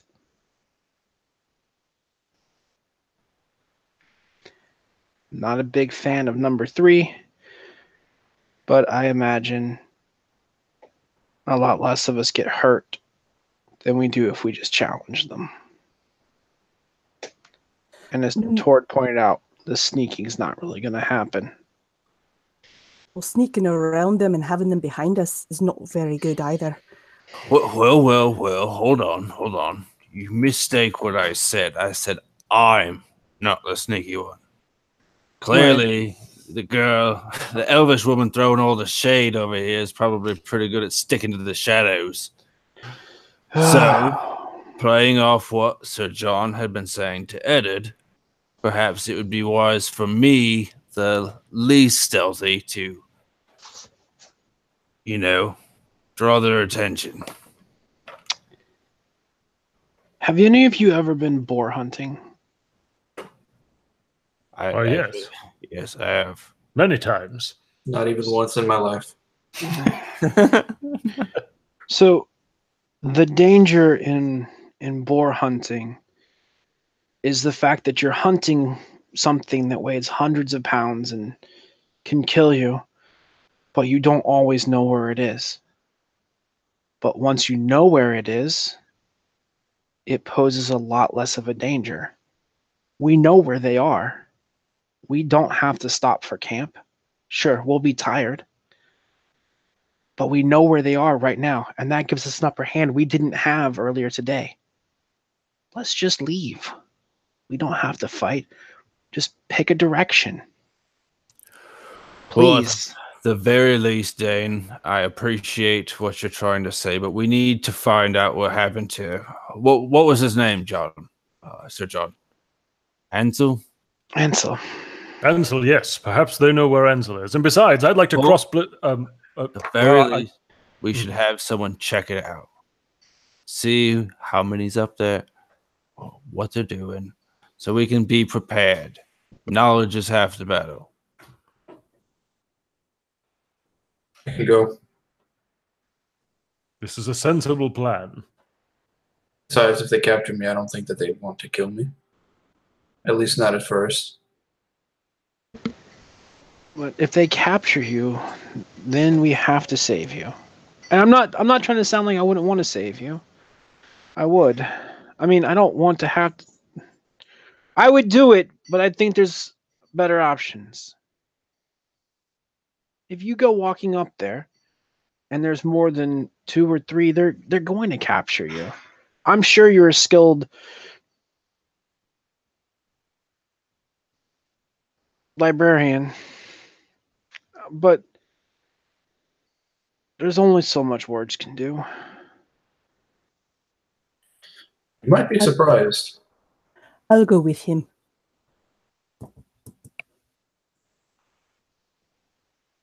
I'm not going to win this.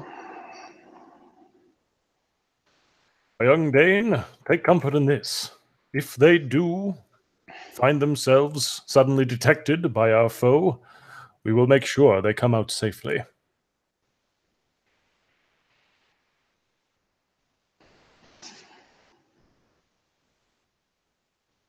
So it sounds as though Eddard and Ariana Shial are going to approach or try to sneak up. What's the plan? You said it was around dusk? Yeah. So we've been traveling for a good time. It's starting to absolutely. I mean, it's already foggy and it's about to get dark. So I think now would be a pretty good time to scope it out. So the idea is to approach with stealth then.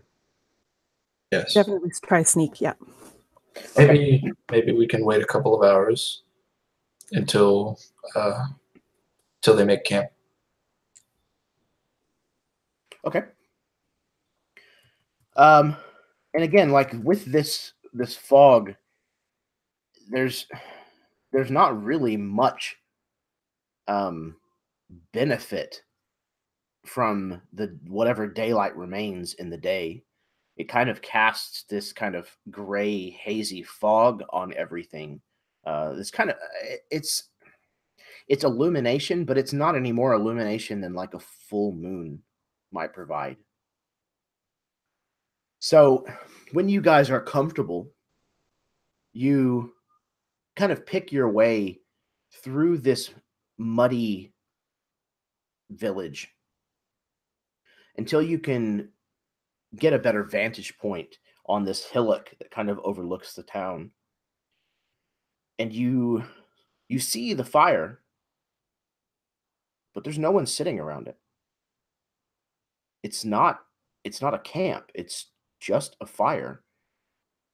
And it seems to be set almost at the feet of one of these corpses that are hanging from this tree. In the orange, flickering light of this dying fire, you can see that most of these bodies appear to be skeletal. But the one that is closest to the fire, as if this fire were set to display, you see Ansel. His eyes and his tongue appear to have been removed by the birds. His hands are bound behind his back. And he swings, just barely turning as the breeze changes direction.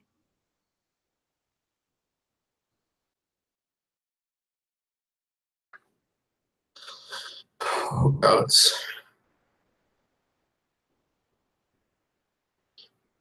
Ariana Shell, do you think we can smother this fire?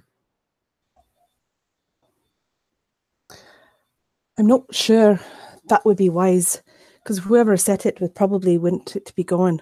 But at the very least, we can cut this man down. We need to get him down. Yeah.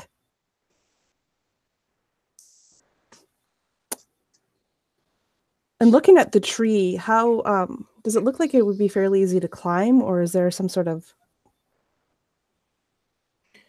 like how high up is he from?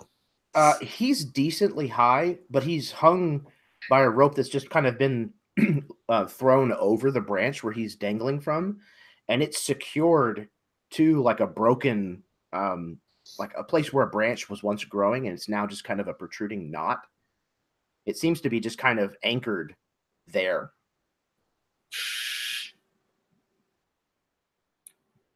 Do you want to let him down? I can catch him. She would give an attempt to try to just release it, but if it's knotted really tight, or they've done it, she'll just slice through the rope and cut the rope.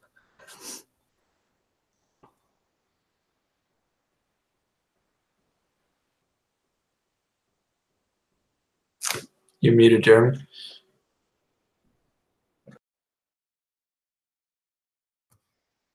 That's what I get for multitasking. So you release his body, lowering him down. And Eddard, you kind of clumsily catch him, his body weighing likely more than you expected. And Eddard, you notice that with you're guessing his blood, as there's no small amount of it, there's been a mark that has been drawn kind of on his shabby tabard. It's this almost an eye with this rune beset inside the iris or the pupil of the eye. If you could, roll me either an Arcana or a History check, please.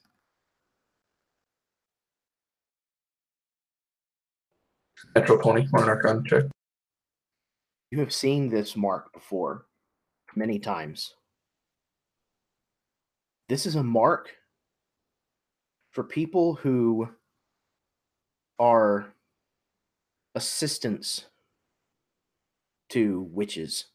Someone who has been accused of not being a witch themselves, but of helping a witch. This is the kind of brand, if you will, that is used to demark a person as such, because they are usually, like poor Ansel, they're strung up for display.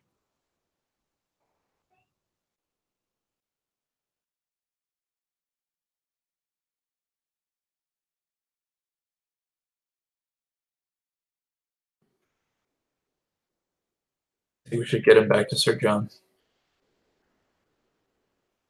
Yes. Help me with it, please. I Sure. can't.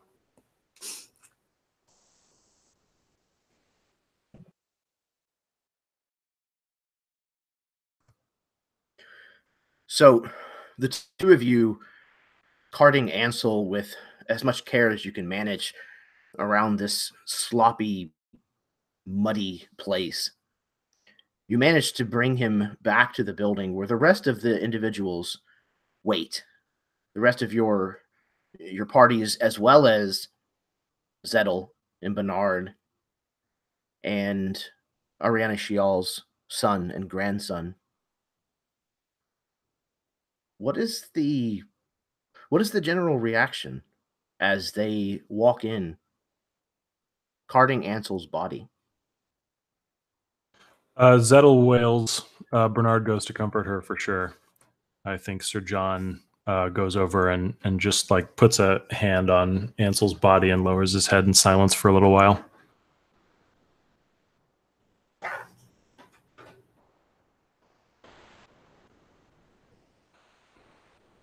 And I think Trevon would probably try to avert Bodhi's eyes from the sight as they walk in so that he's not greeted with it.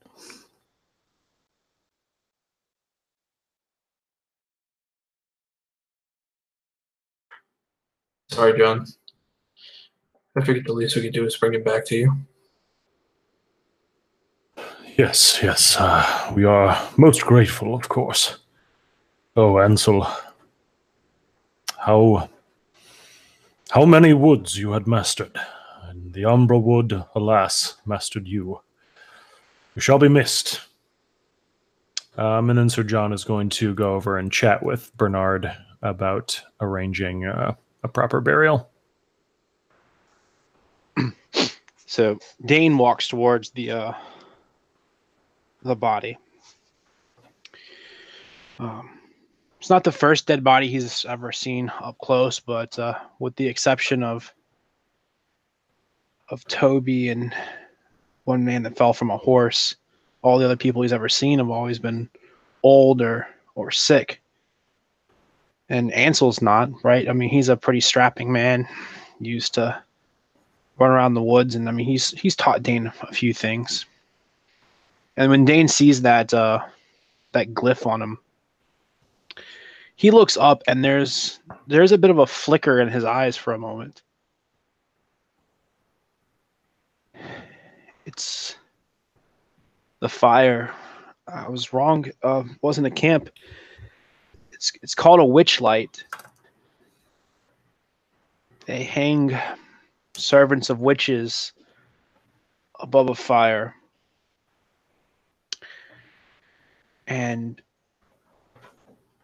people who people like Ansel would have served would have come looking for them and seen the fire and gone to investigate it.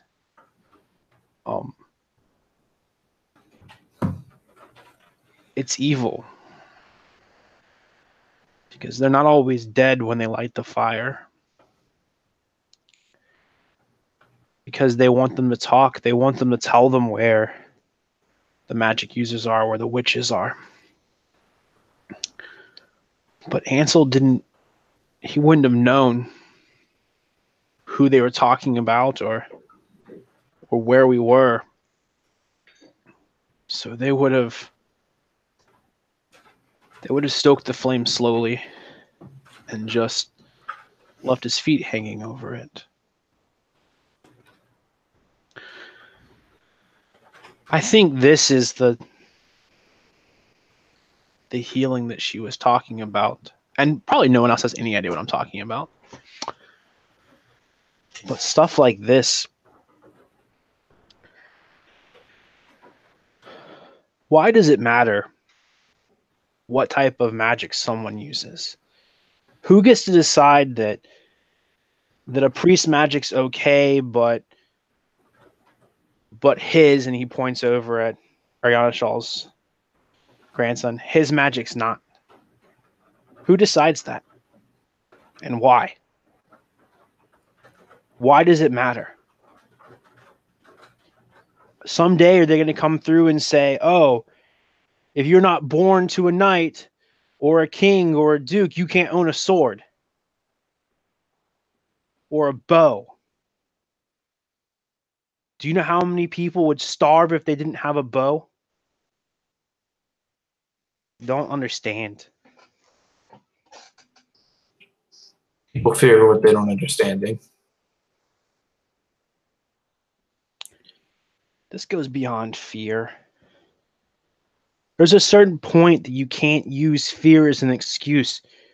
You can be afraid of the dark, but when your child or your brother or someone's lost, do you know what you do? You get a torch and you go out in the dark and you look for them.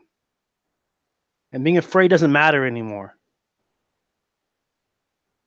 You can be afraid when that strange old Mr. Cooper moves in next door and you don't know him. But it doesn't mean you go and burn his house down. You have to try and understand people. You can be afraid because someone's an elf or because someone's an orc. And it can cause you to say mean things and to turn on each other. But where does that leave us? More darkness. And that's not the type of world I want to live in. Not like this. If you ask me, Ansel's better off than we are now. I should probably go start digging.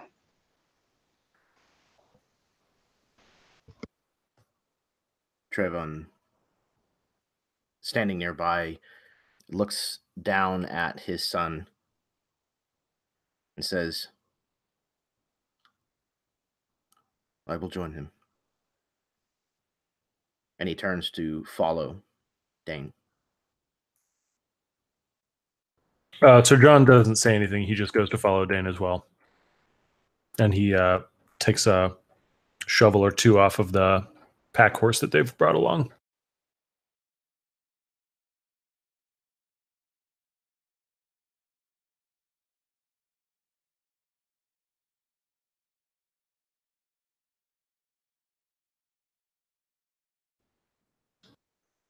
You're muted again.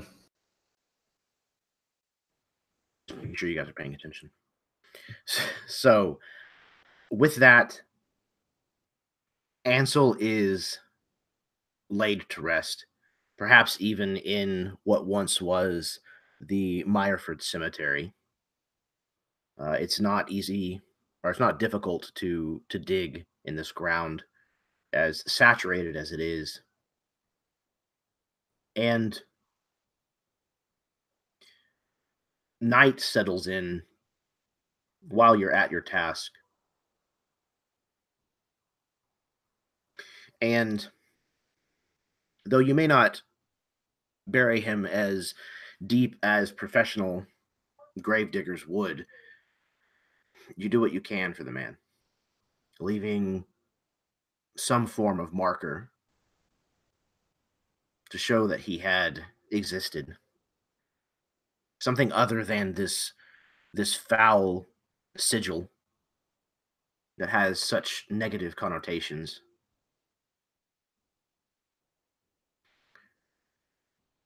You settle in to maybe this house that you first found, or several other buildings, any of which is kind of the same. The thatching is long since rotted and fallen in large patches.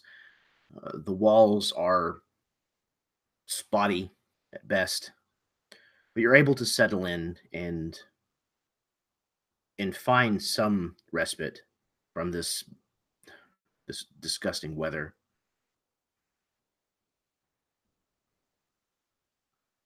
Part of the way through the night, Tord, you hear the flapping of wings, and you see a flitting kind of in the rafters of the building where you're laying down. And you notice that it's a black bird. It's Vanwa, this raven that seems to show up, just follow you everywhere. So, Tord, mildly still asleep, has had not necessarily voices, but instincts of things that he wants to do, and he doesn't really understand why. And he recognizes and sees this bird, and he casts Speak with Animals as like a half asleep stupor, like half coherent mumbling.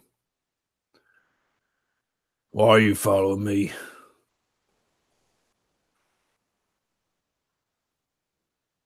Fate. Fate has much on the horizon, much in store. Fate for you, fate for those in your flock. Fate.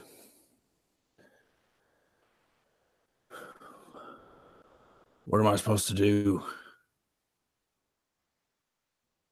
And wandering.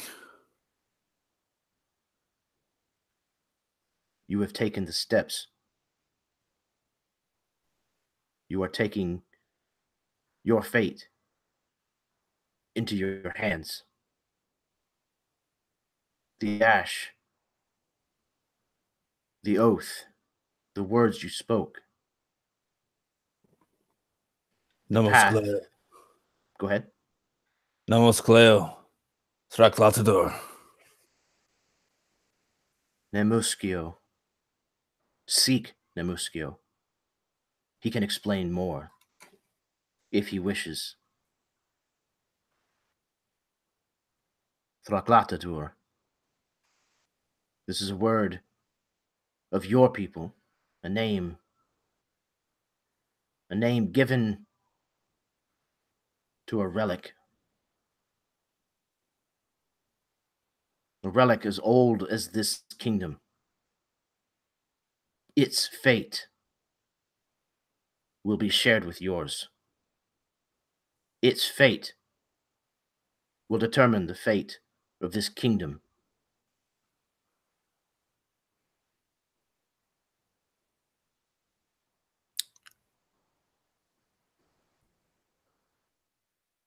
I think you should leave me alone.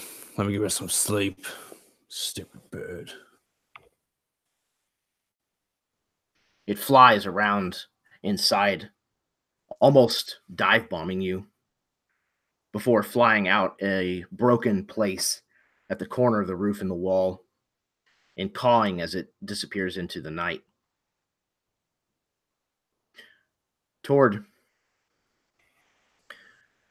when you're kind of rolling over to go back to sleep, you smell something. And it's not the wood smoke of the witch light that must have been set at the feet of Ansel. It's a different kind of wood, first of all.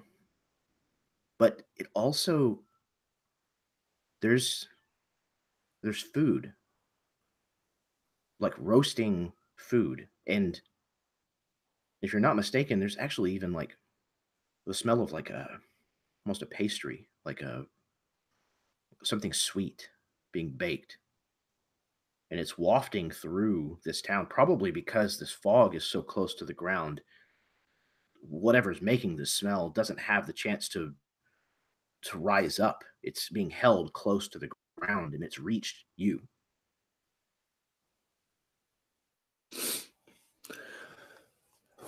Can I maybe roll a perception to see if I can kind of get a direction for where it's coming from? Yeah, sure. Man, I could not roll high today. We're looking at 7. It's in your half sleepiness, it's whatever the hell that term would be. You're not entirely certain. It just seems to kind of permeate all around you. I'm going to take some liberties here. Eddard, you happen to fall asleep in the same building as me. And That's not a far stretch. I reach over and, Eddard, you smell that? He kind of jolts up out of his sleep. No, shh. Quiet. Do I smell it? Yeah. What's going on? I don't know, but it smells fucking good. Would be cooking at this hour. Kind of want to go find out. Whatever it is, it must be close. We'll just take a step outside, quick look around. I'll cover your back, you cover mine. Yeah, I'm with you. so I'm actually going to like forego donning my armor, and I'm just going to kind of run out here in my tunic and breeches with my sword and shield. Maybe just a sword, actually. Probably just a sword. Okay. So I'm skipping all of my AC for this. Yeah, Eddard will follow him, but he probably will be trying to keep close to the sides of the buildings, try to use the darkness as cover. I think that if I'm not carrying my shield, I'm actually kind of like holding your shirt like behind me. So you're like, I got my sword. We're parting some mist here. So yeah, keeping to the sides of buildings, but like I am holding on to you. Okay. So you make your way to the edge of town, kind of following your nose, trying to hound this scent, and you make your way all the way to the edge of town, far to the other side, where this hanging tree is located, and it seems to lie outside of the outskirts of town, beyond its borders, if you will, and you can see kind of through the mist this kind of diffused firelight. It looks like lamplight or torchlight. It's definitely flickering in kind of orangey yellow, and it looks like there might even be multiples of it, but it's because of the fog and the distance, it's impossible to make out exactly what it is. What do you think, Eddard? What is that? They never left. I mean, maybe, but don't know if they'd be. It almost smells like pastries. I just think in this moment that we're lucky that we weren't caught cutting down Ansel's body. I suspect they did just as Dane said, set a trap, if you will, for us to come and reclaim Sir John's fallen compatriot. Perhaps. It's hard to tell. Looks like multiple lights. Are they moving at all? No, they appear to be stationary. You want to take a peek?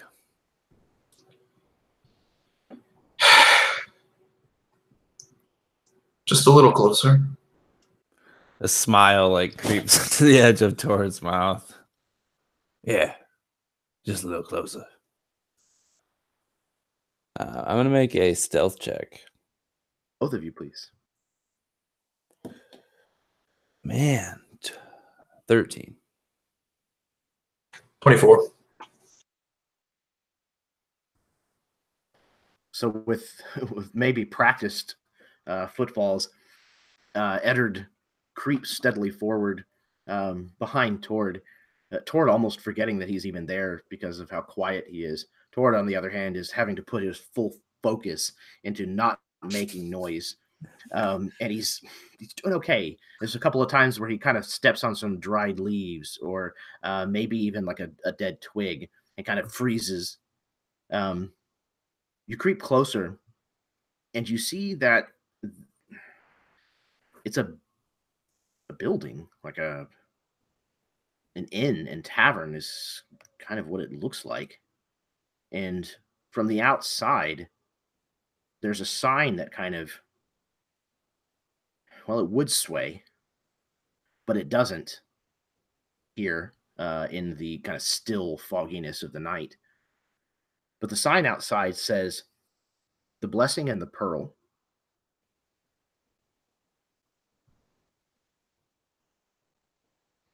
So,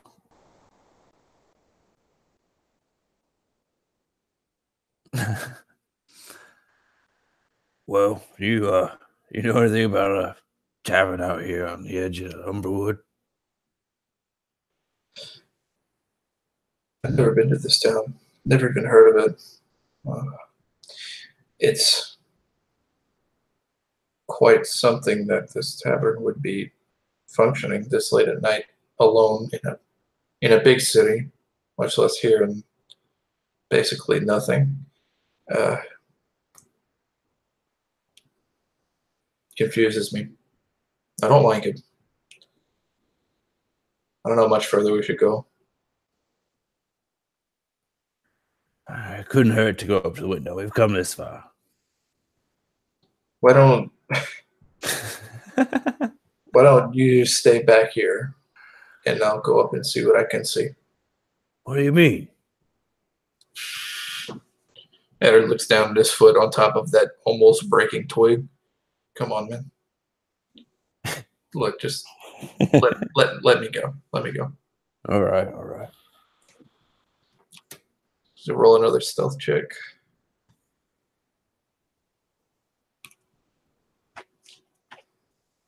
$26. Or you stay put as Eddard moves forward with the grace and guile of a cat. And you watch as he kind of walks up to one of these windows, and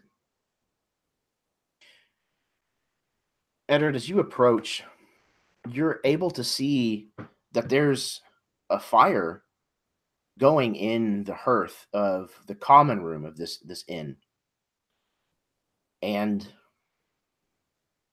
it looks like the tables have been cleared. There doesn't look to be any plates or drinks or anything set here. And you don't see anyone milling about. The place looks empty, but it doesn't look deserted. It's clean and tidy. But the only thing that you see moving is the flames of this fire.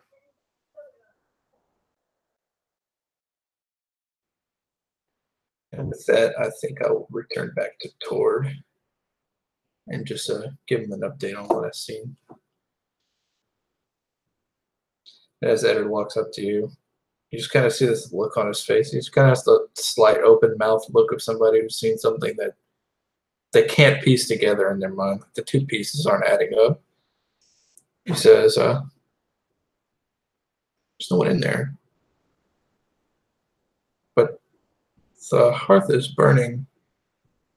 The tables are clear, like they're expecting someone, whoever they are. But I didn't see anyone. Well, did you get any feelings, you know? Did you feel a certain way towards it? Felt like I needed to get out of there. To be honest with you, I didn't want to be very close to that window at all. But I didn't want to be fast. Maybe that's just because I was by myself.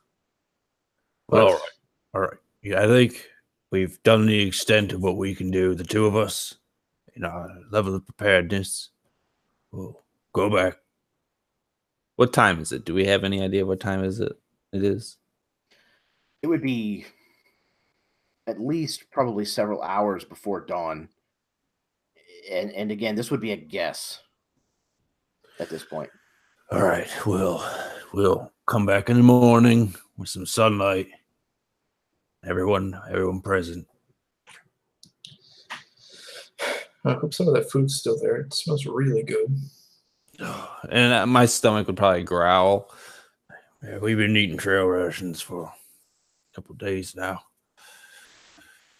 Well, I can never get used to them, no matter how long I sit on them. I smell something cooking. It's overpowering. I guess that doesn't bode well for me. I've only started eating trail rations a couple of days ago. Oh dear. Yes, I suppose oh dear is right. Well, let's get back. Try to get some sleep. And I'm down to go back. Did we see any like activity in between here and where we were? Like on our ride over here that we would feel the need to be stealthed on the way back? No, there is a path that kind of connects the town of Meyerford and this inn. But it looks like it's been a little while since it's traveled, at least heavily, and there's no sign of any recent passing.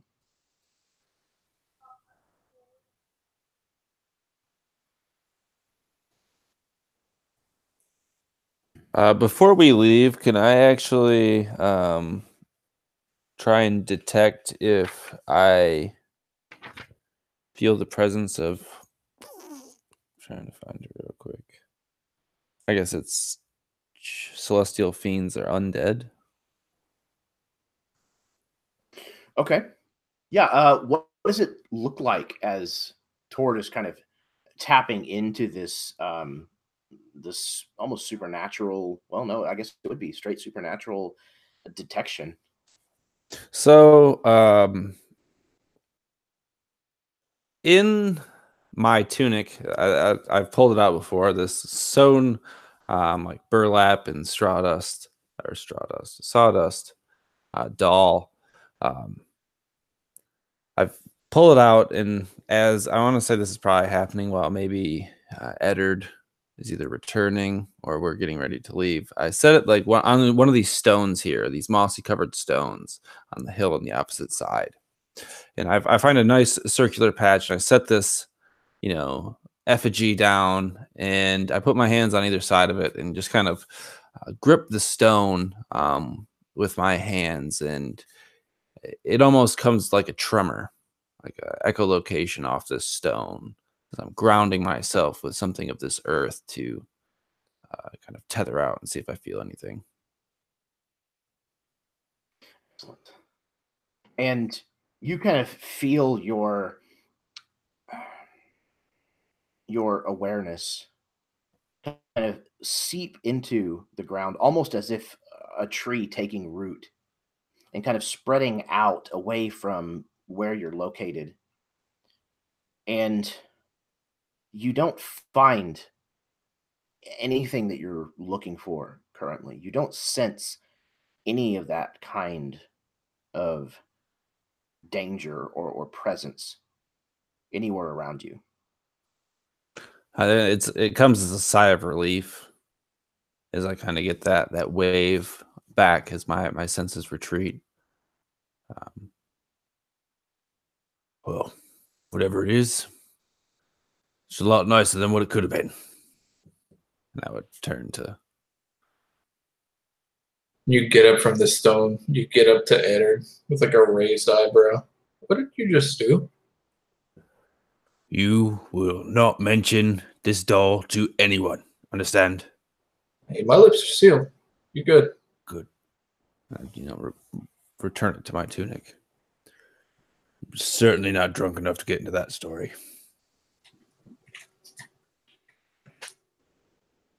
All right, let's get back.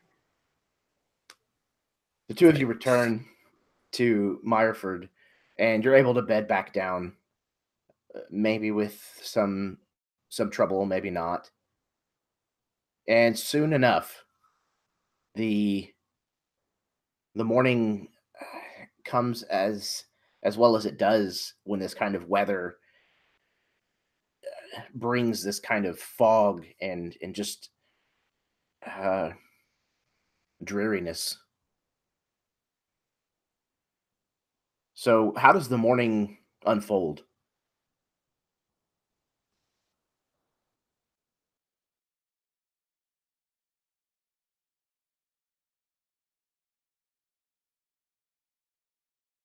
So Tord, having returned with Eddard, he, feigned going to sleep, kind of for the comfort of Eddard, like, nah, it's nothing to worry about, just go to bed.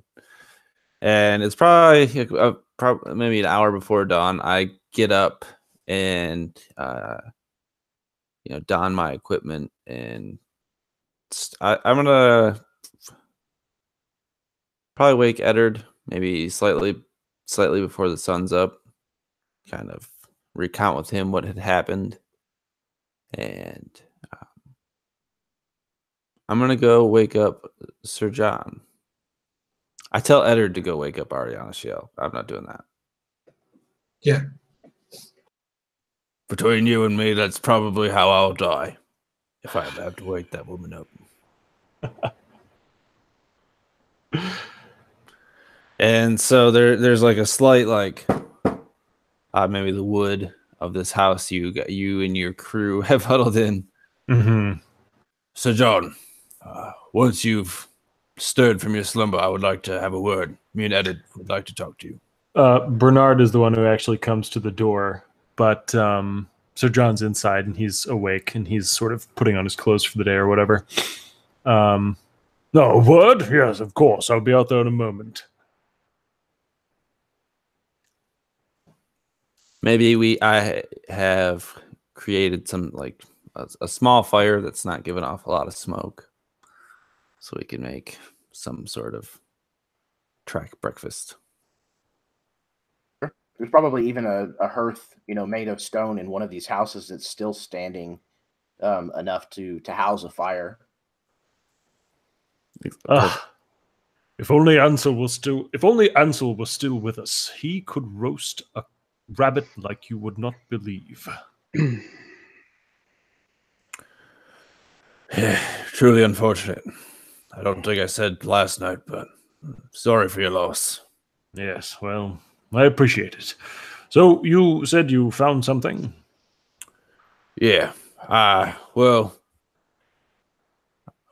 was sleeping last night, and between you and me, I'm a fan of good food, and I'm kind of stirring a blood sausage, this fucking gross black pork sausage that's heavily salted. I can tell. Yeah. Anyway, well, I woke at it, and he and we smelled something, a meal, something prepared. We followed it to the edge of town, and we came upon an inn. The hearth was lit, but there was nobody there.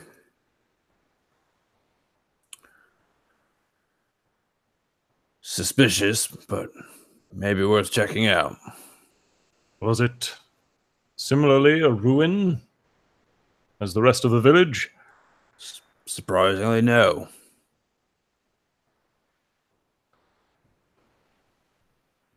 Ah, interesting. You know, I think I've about had it with all of these magical shenanigans going on in this forest. I think it's high time that we take action against these, or leave as soon as we can.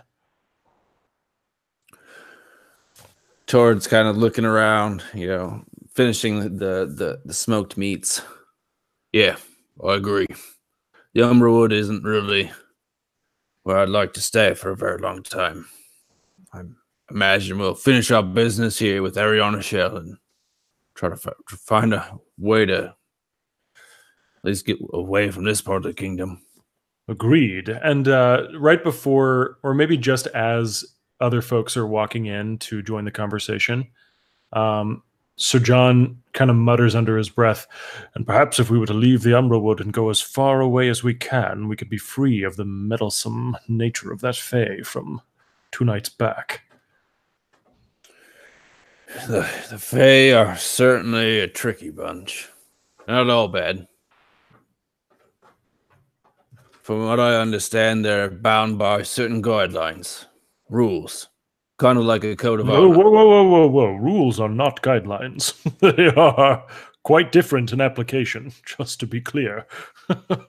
I digress. They have a certain order of things. They can't operate outside their realms of existence. So as long as you acknowledge that, puts you on a little bit more even field. Well, it's not something I care to learn. Perhaps someone else could pick that up. Well, use it for what it's worth. Imagine it's kind of during this last bit of this exchange that Eddard is returning with Ariana Shial. Yeah, I was about to interject there. Absolutely. Just for the sake of brevity, we probably already went over what Eddard saw to Ariana Shial. So she kind of has the scoop. Well, Ariana Shiel, do you have any idea of what? Have you heard of this tavern before? Have I heard of this tavern before? I would imagine that you've probably heard of it. I don't know that you've ever been there before. You've probably heard somebody in town mentioning. If you have indeed been to Meyerford before, you've probably heard it mentioned by name.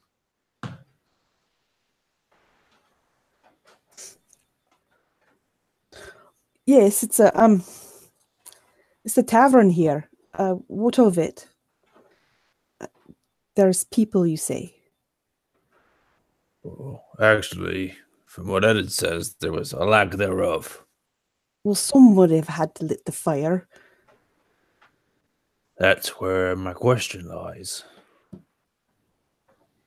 And you didn't go look? Woman, you tire my patience so quickly. Well, maybe if you did your job and just did the things you're supposed to do. I can't do this right now. Edit.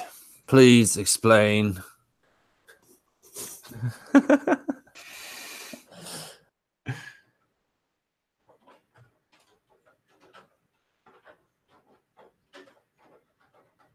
Do we not have edit right now? We may not. Edit, I know you're making valid points here, but Ariana Shell is being very resistant.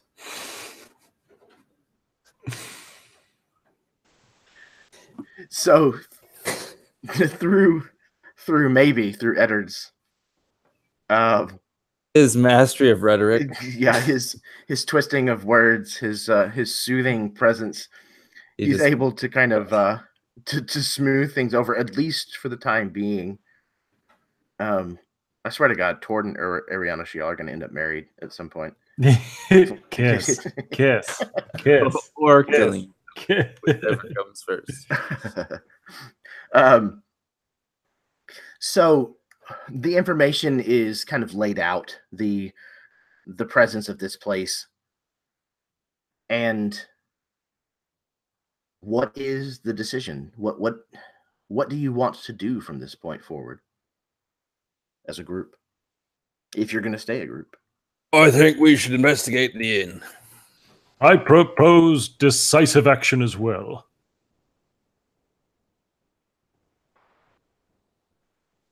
We're just walking around here in the dark, forest.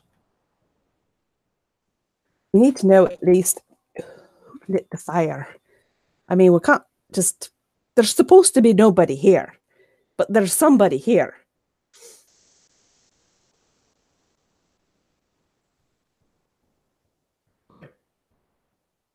It's a good place to start visiting. It's where we'd seen the last activity. So as a group, you follow this trail between Meyerford and this inn. Those of you who had not seen it the night before are able to see the sign the same as they did last night, where it says the blessing and the pearl. Though in the morning, the air is moving a little bit more, and the sign is swinging kind of gently. You see a woman standing out front. Looks like she's kind of going through the small garden outside, kind of humming to herself and picking through plants, kind of gathering them in a bushel.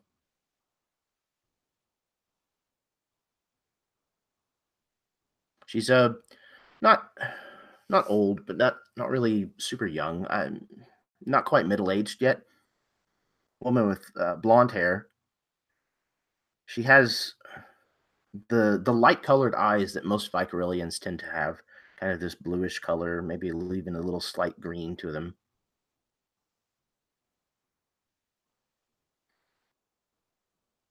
She apparently has not seen or heard you.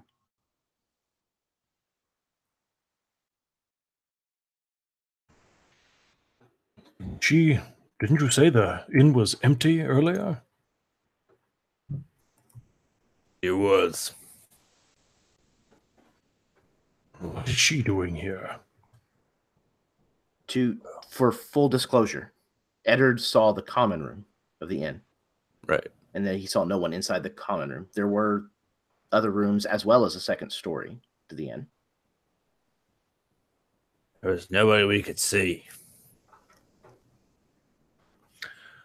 Sir John's going to kind of look at everybody. Who do we elect to speak for us?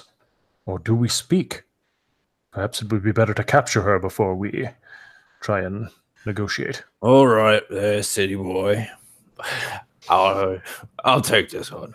After. Edit, would you like to accompany me? Yeah, let's talk to her. So, kind of with my sword sheathed, I will call out to this woman. Hello. We'd like a word, miss. She kind of bolts up straight and looks in your direction, and her eyes are wide. And she almost drops this bundle of herbs that she's been gathering. She kind of takes a half step back towards the front door of this inn. Oh, hello? Good morning, miss. Don't let my friend startle you. I'm sorry. Oh, you, an orc in a... Yes. You... Yes, it's a long story. He's a good sword, I promise. Yeah, we could just remain calm. I'm not half as bad as I am ugly. What do you? I'm sure you weren't you- expecting to see anybody here. My name No. is Edward Bainton, and this here is my friend Tord. Greetings. We happened across your inn last night. Oh, and if you knocked, we did not hear you. I'm so sorry. No, we didn't want to trouble you. As a matter of fact, we didn't think that there was anybody inside. I'd only seen the hearth burning and smelled the food, but I mean, we haven't met anybody else in this town, so figured it must have just been a coincidence. Maybe somebody had lit the hearth and moved on.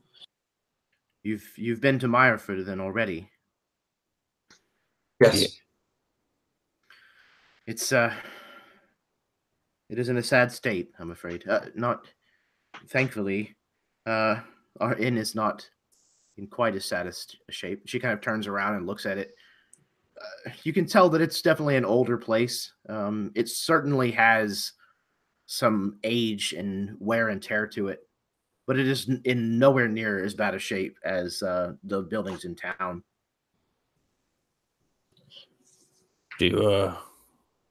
I take it by your response to us, you don't get a lot of clientele. No, sadly. We used to get a lot more when my father ran this place. Occasionally we get the rangers who stop in. But it's been probably, I don't know, 4 months or so. You see a figure in one of the windows of the second story. You just kind of notice that this figure is there all of a sudden. And as your eyes kind of look in that direction, the figure melts away from the window. Like, you see kind of the curtain kind of swing closed very suddenly.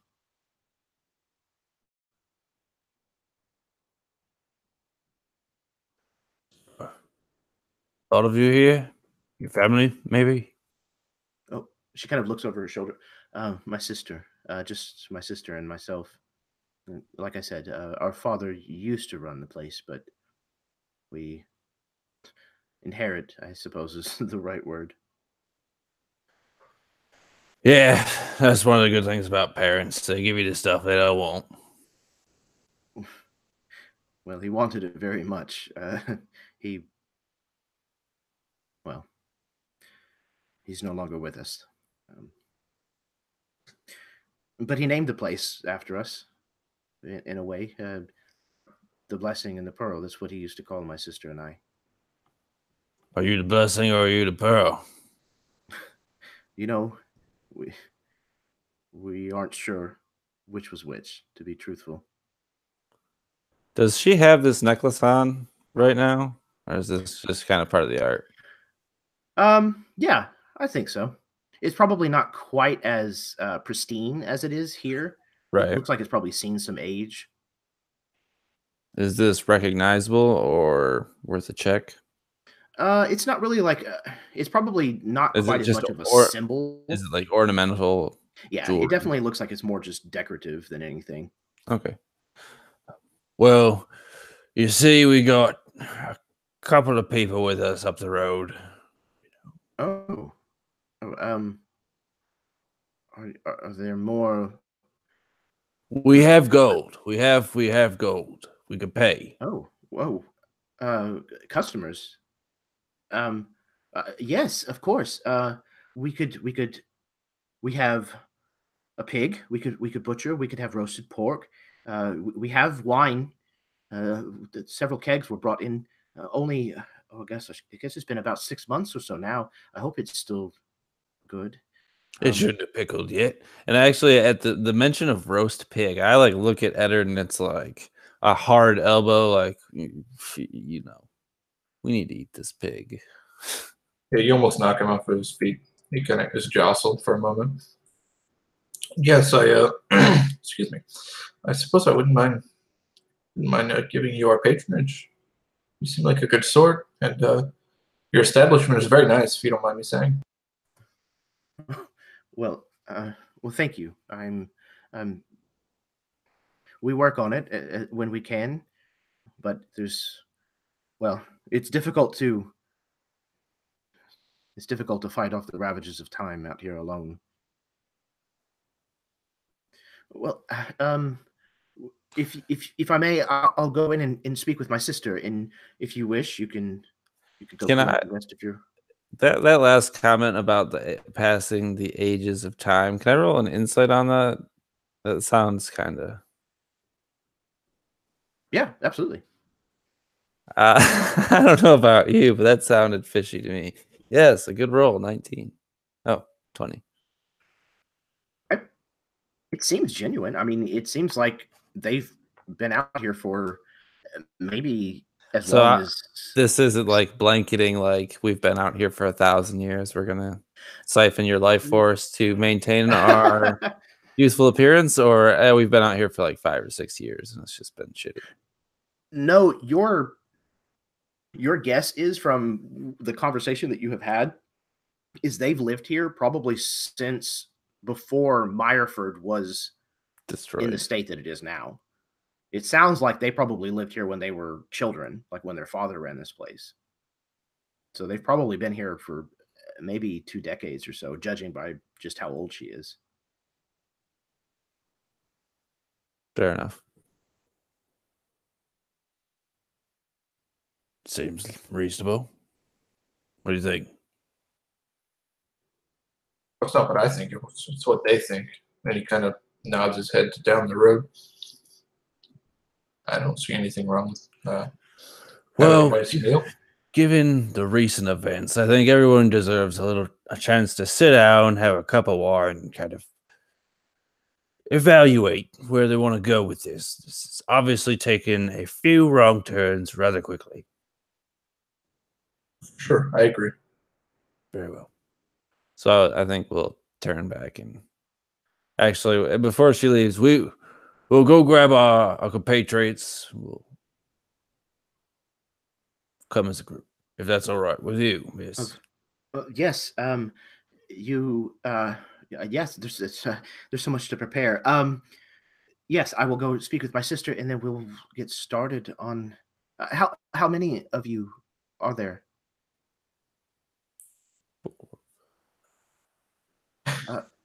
Can he 8. Can he count? She kind of looks at Eddard. Yes, he can count. It's just we've been in a bit of a state of disarray. There are a lot of people with us. I would say there was at least 8. Were you involved in whatever commotion there was a couple of nights ago? There was someone was screaming. No, I believe we only arrived after that. However, we did see the remnants of what transcribed. Were you here? How far is the end from the side of the burning? The town itself is it might take 15 minutes to walk from one end to the other, maybe. Geez, so he was really hollering.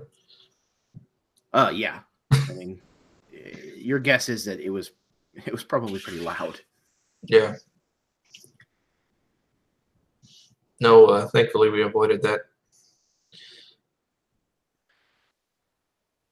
So, she heads back inside, her herbs kind of in hand, and you're free to return back to where the rest of the group is waiting if you wish.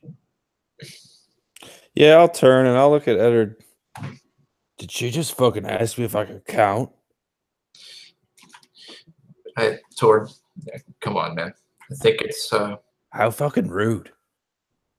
And I'll walk away.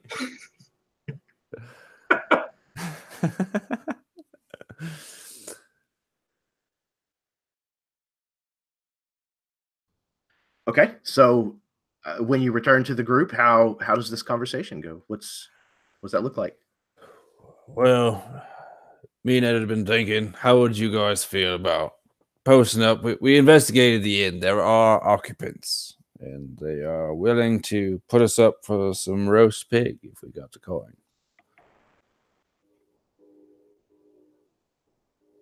Roast pig.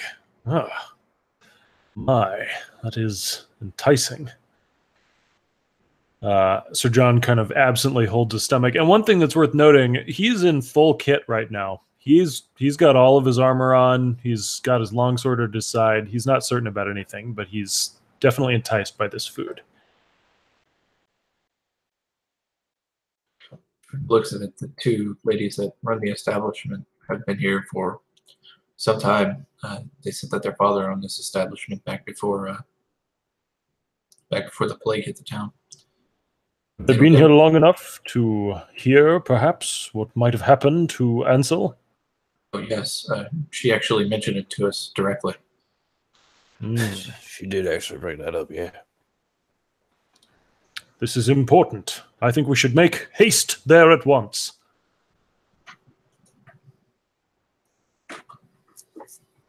Ariana Shiel, what do you think? So when Tord mentioned the roast pig, Ariana Shiel could not help the look of disgust that kind of crossed her face at the mention of this barbaric practice. But she has been around you long enough to know that this is normal for you guys to do. And so she's kind of taken that down and kind of squashed that reaction. And she turns to you and says, yes, lead the way. At the very least, you could be interested in a glass of wine.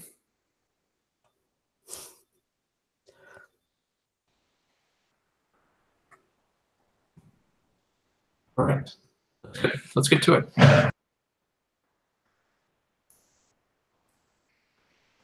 Okay. So your group approaches the Blessing and the Pearl, and the door is not open, but you can hear sounds of movement, and you can smell things already starting to cook and preparations being made as you approach. You walk in, and it's surprisingly quaint, not in a way that makes you feel like there's magic involved, but it's just like it's the warmth of a home that's been cared for, and it's the warmth of a home that's been in a family for a long time, at least more than one generation. Everything has its corners kind of worn off. There's dents and dings and stuff. There's stains in a lot of the walls and the floor, but none of it is from neglect. And there is a fire going in the hearth, and immediately upon entering, there's probably a difference of 5 to 10 degrees warmer as you enter the common room. And there's already places set. There's no food yet, but there's already eatery and glasses kind of set at a long table that kind of runs the length of one side of the room. And there's a couple of fairly comfy looking chairs. They're not in the best shape, but they definitely seem like they've been mended a few times. As you enter, the same woman approaches from a back room, and you can see she's wearing kind of this canvas apron that likewise is very, very stained, and at the moment looks like it has probably some spattered blood on it. Not like a copious amount, but definitely some handling of meat or a butchering of some kind has been happening. She kind of is wiping off her hands. She says, please, come in, make yourselves at home. We have wine. I'm working on the pork for the moment, and that should be ready in a few hours. I made barley cakes last night. If you like any of them, I can make some more if they're to your liking. We have rooms if you'd like to stay. My sister is cleaning them out and airing the beds. Is there anything in particular that I can do for you? Yes, as a matter of fact, I am Sir John Lightenor of the House Lightenor from southern Vykaril, and I am here because I am seeking information about the death of one of my retainers. Ansel of the Valley, a hunter, was killed 2 nights back, and I hear you have information about this. She curtsies, kind of out of practice, not clumsy, but just not really, not with practice poise.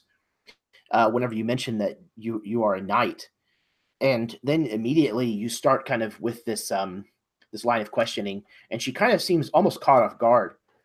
She says, yes, forgive me, yes, you knew this man. Yes, as I said, he was one of my retainers, and a dear companion. I heard him screaming. I'm assuming it's him. It was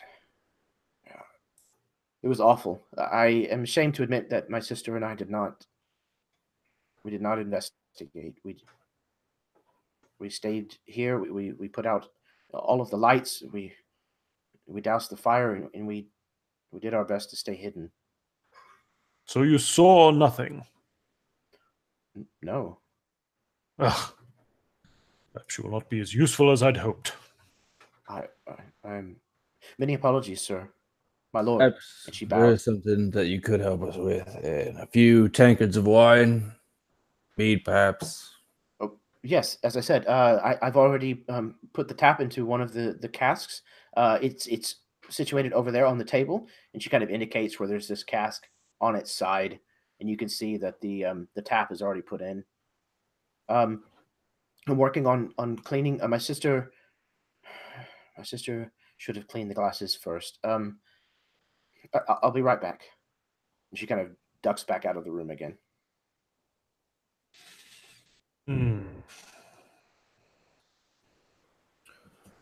I guess my question to you, John, is what do you really expect to find out about this? We know who did it. It was those knights that were chasing us. Are we in pursuit of them now? Is that our plan?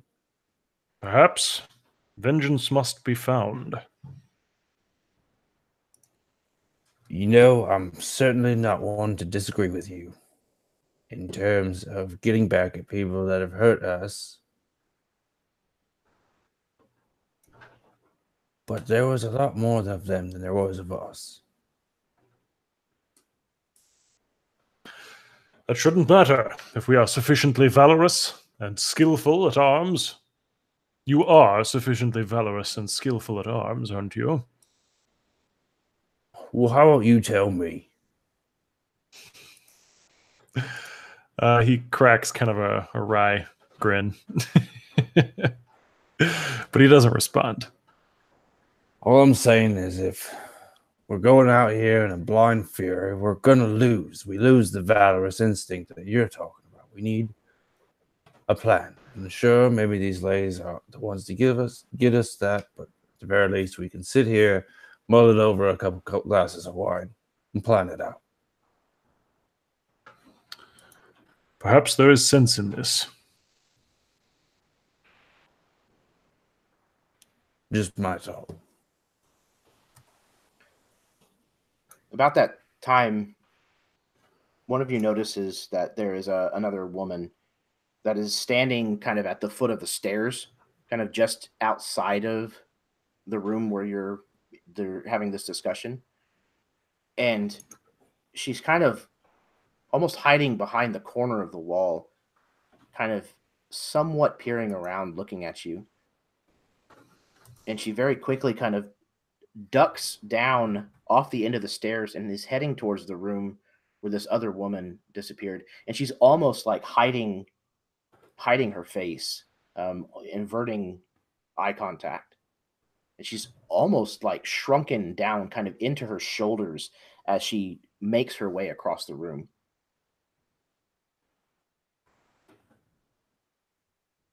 Oh, well, don't run away in your own house. We're simply your guests.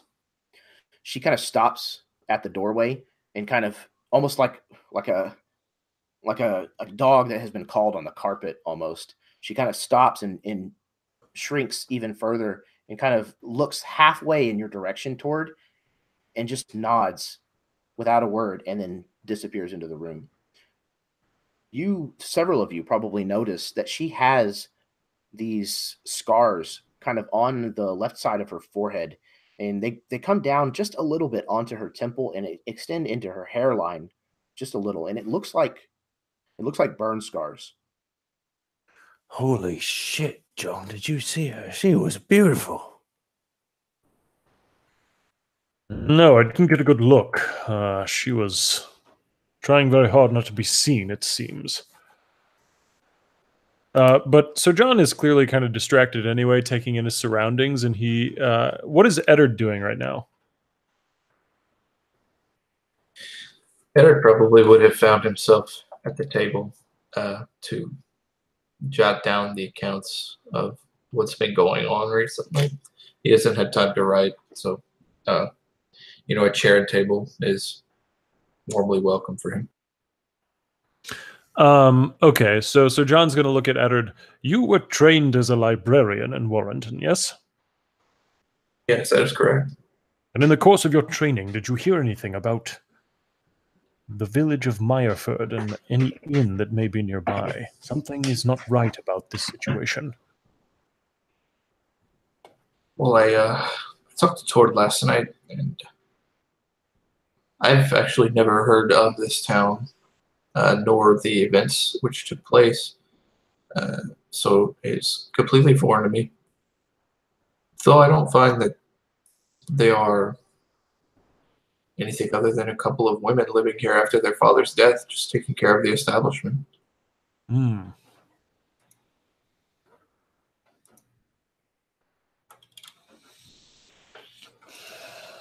Very strange. Something doesn't sit right with me all the same. Well, what do you think? I don't know. I'll keep thinking about it. I will let you know. One other part of information that might have been to use is that she said that they did get, the occasional group travel through here. The Rangers, again, was it the Ginden's Wall Rangers? Yeah, the Rangers of Ginden. There you go. They do come here every now and then, but she says it's been at least 3 or 4 months since she's last seen them. Hmm. So it's unlikely, I suppose, that it is the Rangers who have slain Ansel. I think so. I think it was the same people that were chasing us. Hmm. Troublesome all the same, I suppose. That's for sure. Anyway, I think everybody here could use a load off. Don't let your guard down, of course. I know you won't, but Yes, quite so, quite so.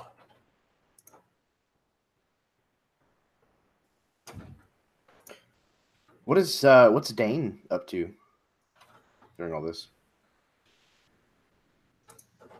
So he's kept a bit quiet because as he was sort of coming back into the village with a couple of rabbits, he was planning on preparing. Everyone was talking about going to this inn where there was apparently food, so it's kind of like but he also feels that there's something slightly strange about this. The idea that these two have lived out here with their herb garden, like a stone's throw from a village that's been wiped out by a plague, and so he wants to trust them, but after everything that's gone on, he's kind of just sitting quietly, perhaps on one of these well-worn chairs,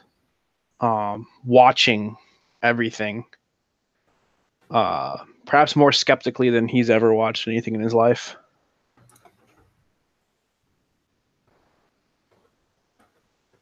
And apparently with 2 dead rabbits hanging off of his belt. Because what else do you do with them? So, I would imagine at some point, the less timid sister notices these rabbit carcasses, and she offers to prepare them if you would like. Oh, sure. If you'd like, I could do it. Or you can. It's your house. I noticed that you had some herbs out in the garden. I think some of them were basil and winter savory. Those are herbs that grow up north. So I think that's them. Mom said that they go good with rabbit. Maybe we could use that, or you could use that. I don't know. You have a keen eye. Been a long week. Yes, of course. If you would be willing to gather some of them, I will use them in the preparation. I can do that. Sure. And he'll hand her 2 dead rabbits and go outside to pick some flowers. Okay. Yeah, she'll set about preparing them, and she'll serve them alongside the roasted pork if anybody's interested in it. Again, the wine it's not the best wine that you've ever had, but it's probably the best wine you've had in a little while, at least in the last several days. They ask a gold apiece for the rooms. They say usually their father charged 2, but seeing as they don't exactly have a steady stream of clientele, they offer, if you'd like to stay there, a gold piece for a room, and the meals would be included. If you're just getting the food and the drink, then we'll call it 5 silver.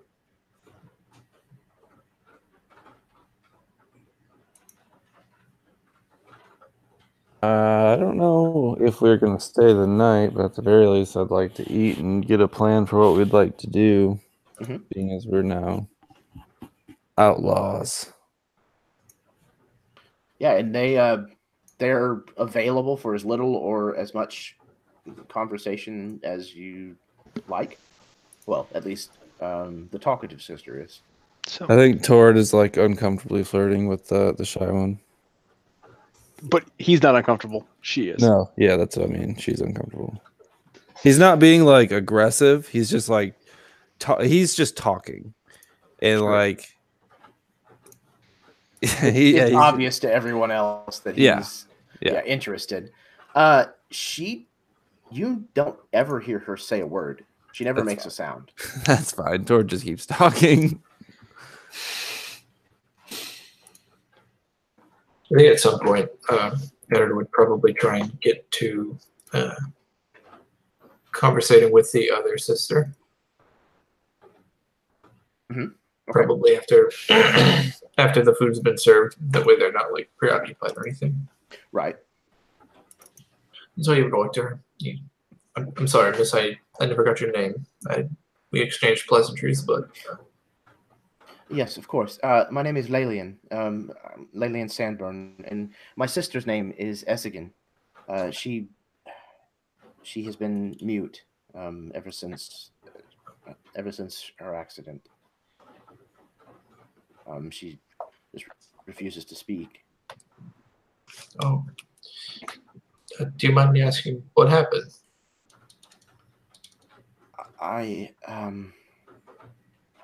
You can see there's like a lot of trepidation in her response.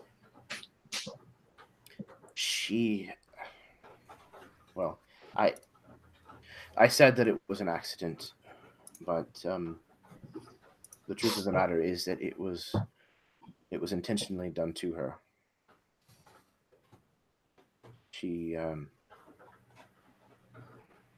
Someone attempted to burn her, I'm afraid. Oh.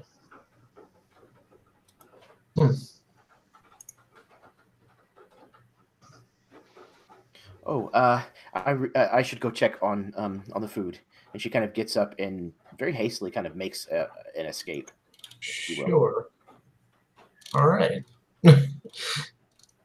Eddard kind of would just walk back to where the rest of the folks are sitting and kind of exchange that information with everybody.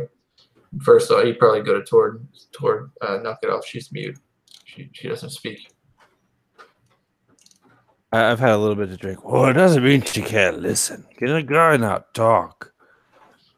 Oh, I take it it's a little more severe than just her being mute.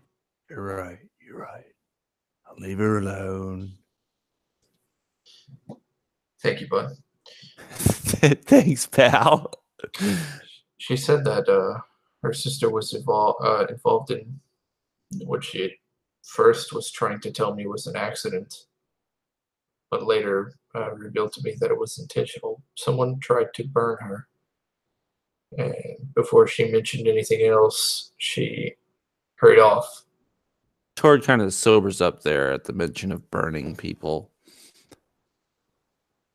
Did she say anything more than that? She just cut you off. We don't know who, but Exactly. I didn't even have a chance to get another word in before she got up and left. Tord like squints his eyes and looks around the room. Thank you for the heads up. And he goes to like the opposite side of the room as her now.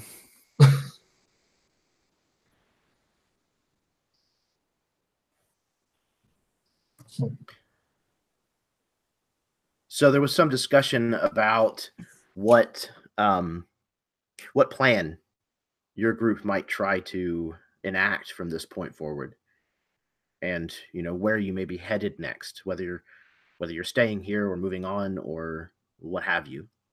How does that go?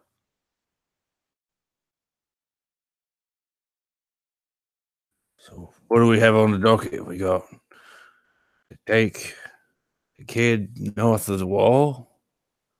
We seeking knights for vengeance.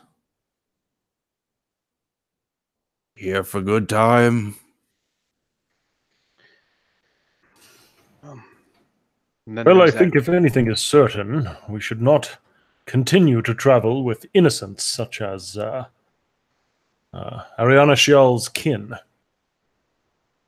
I agree. I don't believe that it's a good idea for Bodhi and myself to continue much further north. Well, where are you going to go? He kind of looks to his son.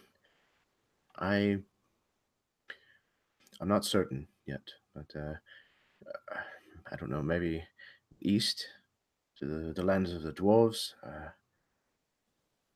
I'm not sure, but north is proving far too dangerous to take a child, and I myself am only half elf, and I just don't think that I would be accepted. And hearing Trevin say this, Ari kind of looks down, and it's almost like she's been slapped in the face again. And she's like, Trevin, Benshiel, he is not the same as all of the rest. He would take you in. At least train the boy so he could learn his nature. His nature. Well, where are you going to go? I mean, they're going to be after him no matter where.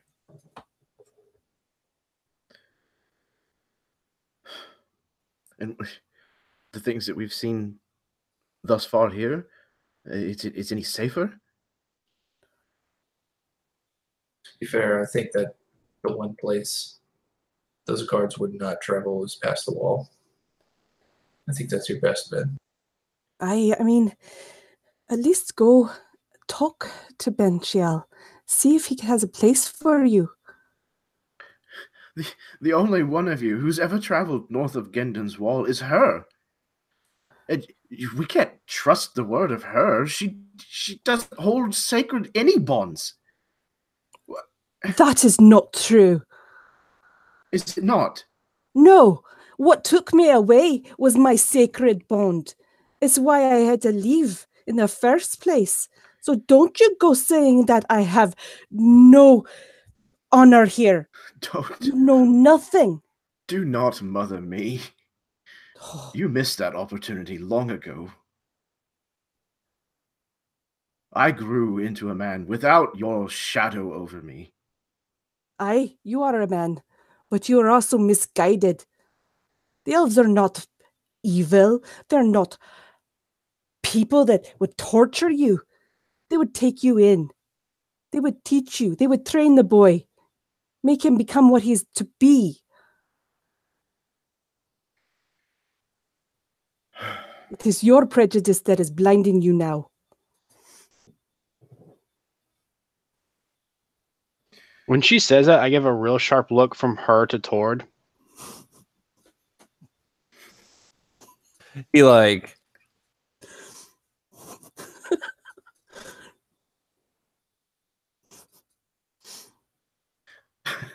Traven kind of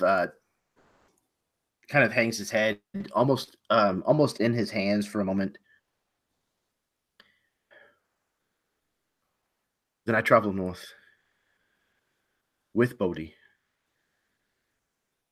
but not with you.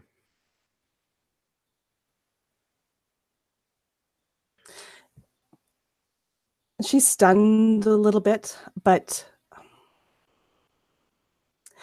she can understand actually where he's coming from in this. And she's like, fair enough. But I'm going to give you something. And she's going to reach into her pack and she's going to pull out this black obsidian dagger. I give this not lightly. This holds great meaning, but this is your passage. This is your passage to Benchiel. And mention to him the name Talia Shiel. She will train the boy. Show her this dagger, and she will know who you are.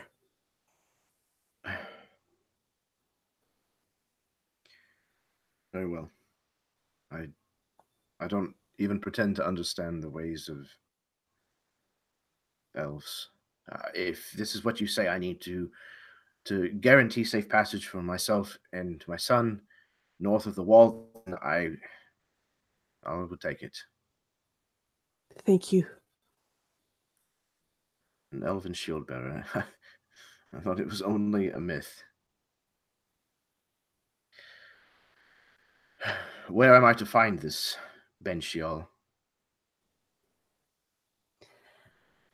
And with that, she would actually pull him aside so that the others could not hear. And she would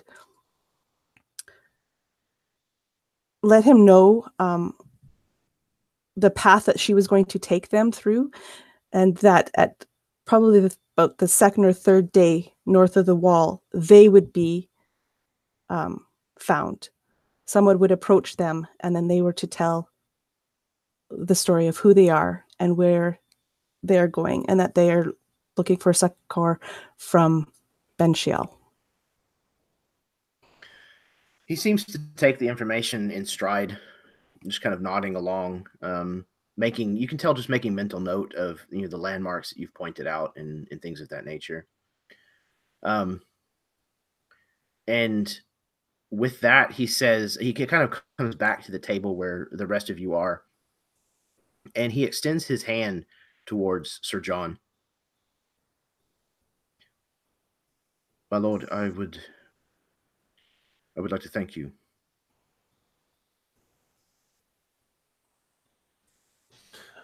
Sir John takes his hand. You're quite welcome. It is anything an honorable man would have done. Sadly, Sadly, that is why it was surprising. I don't know many honorable men. So I am thankful that you happened to be in Warrington that day.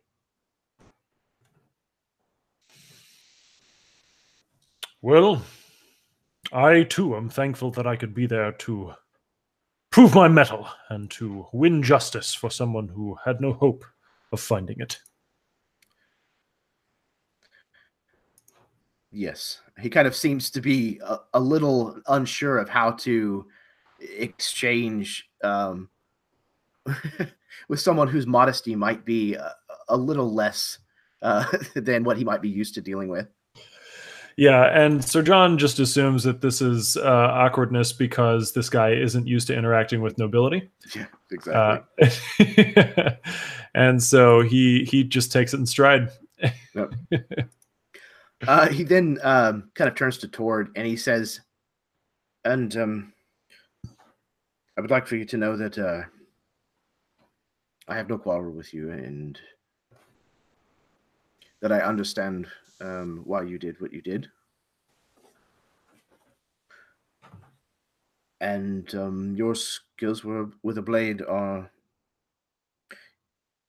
impressive. You and Sir Lightner both.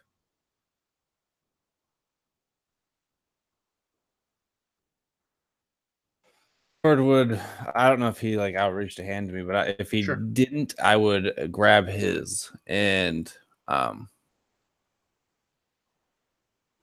Well, I guess you understand better than most. We just do what we have to. Stay safe. Be smart. You'll be all right.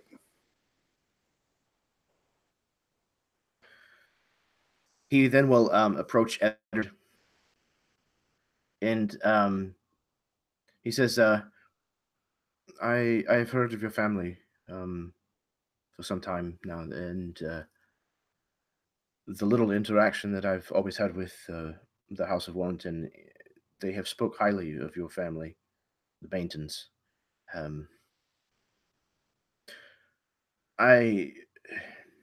sorry for what has befallen you, and I hope that someday you can return home and find it a more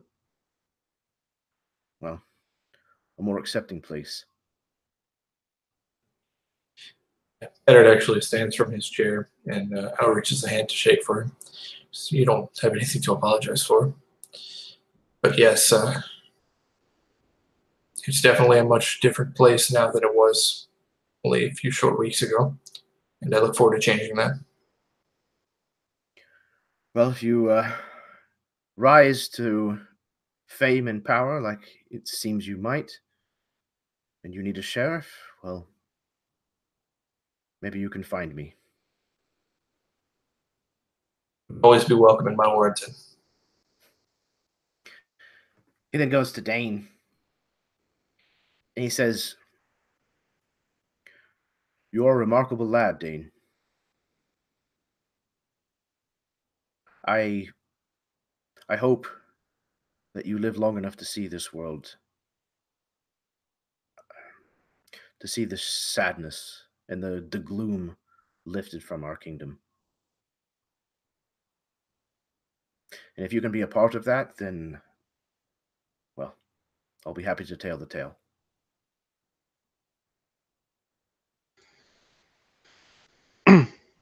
I appreciate that, but I think at this point we've all been a part of it, or at least the start of it. And he'll shake Trevon's hand, and then he walks past him to Bodhi. Bodhi, what you did doesn't make you a bad person. And that power that you have, that magic, that's what makes you Bodhi. You're not wrong for using it as long as you use it for the right reasons. And if you're ever not sure, you can ask your dad. I'm sure he'd use it for the right reasons too.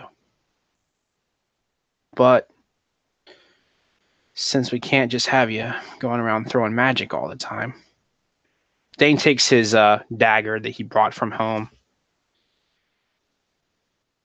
It's going to sound kind of weird coming from me, but you're still a little young for this.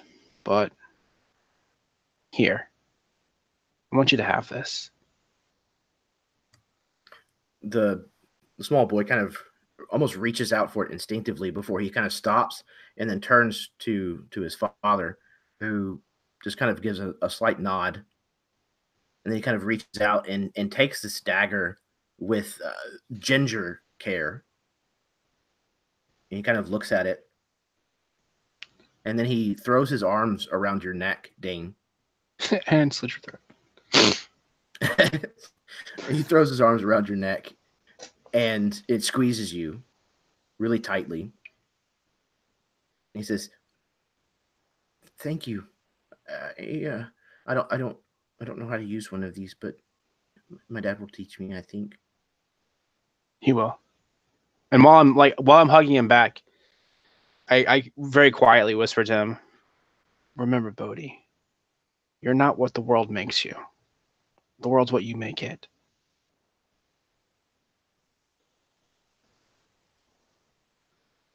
He kind of looks at the rest of you, this small child, and you can tell he just has no idea what to say. He doesn't know what to do.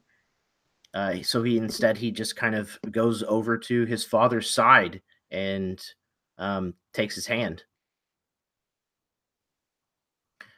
And from the doorway, Trevin kind of turns one last time to look at Ariana Shial. You can see him kind of tense his jaw.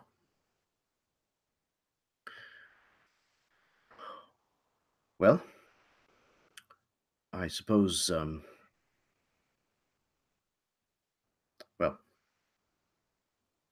goodbye should not be easy, should not be difficult.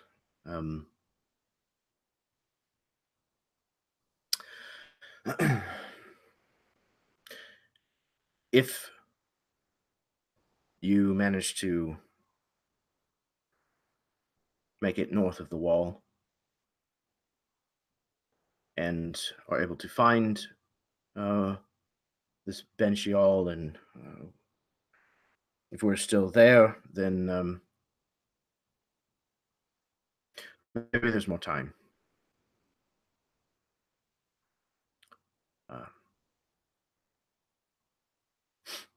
You can tell he's kind of getting a little choked up. We best be off. Put some miles between us. Some distance before the night sets again, and more dangers if the road close in. Farewell, Trevin. We will meet again. I have no doubt. Till then. And she's choking up as well. And she's like, Unate Alan, go and be well. And then she turns before he can see the sadness that covers her face. At that point, he also turns, and he and Bodhi make an exit from this inn.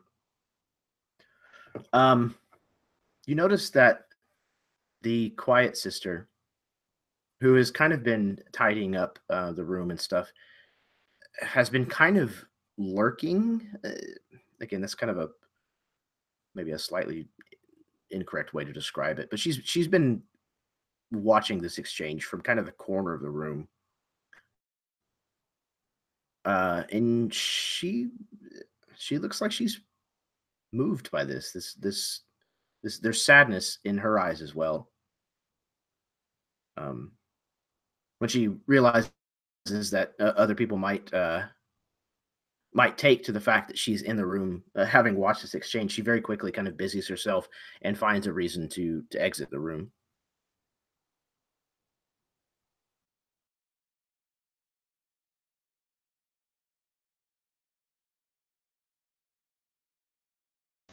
I think that's the third time she's watched that same picture.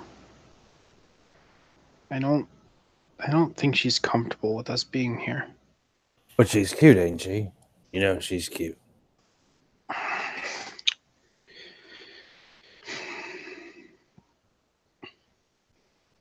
Well, Jesus, man, I didn't call her a whore. I called her cute. No,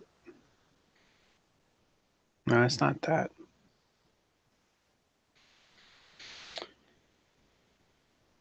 Why, if the knights were out here last night or the night before, and this inn was here and it had people in it, wouldn't they have come here to make sure we weren't here? They just passed it by for no reason? Well, that's assuming that these knights knew about this place. I mean, Well, look you at didn't it. know about it, but you found it. I mean, true, I found it. But that was they said it themselves. They'd shut the place up. The lights were out 2 nights ago when those men came through. These weren't the riders, the wardens of the wall. These were the assholes that have been chasing us from Orrington. Right. So they rode through here. They strung up Ansel. But they didn't bother to look around. They're literally searching every inch of a magical forest, but they didn't come to the one building that has people in it. That's either a very strange coincidence or there's a reason they didn't come here. I'm not saying anything bad about your girlfriend. I'm just... We won't be here, though. Long enough to make a plan, drink some wine, eat some roast. We'll leave. I think we could be here for a night. If they didn't stop in 2 nights ago, they're not going to stop in now. Also true. So it's a chance for a bed, and a bath, not sleeping next to a horse.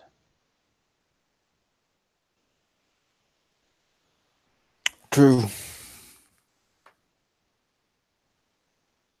I could probably clean your armor better here than in the woods. Are you talking to me or are you talking to John? I kind of say it generically to everyone who's wearing armor, because at this point I just assume that I'm in so much trouble. I'm cleaning everyone's armor.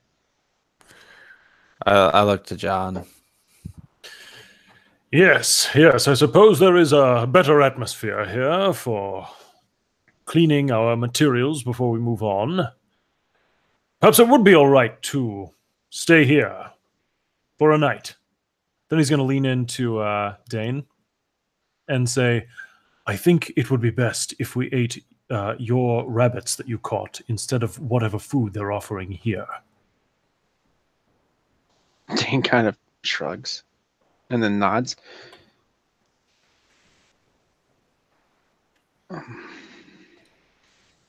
And besides, they probably could use the money.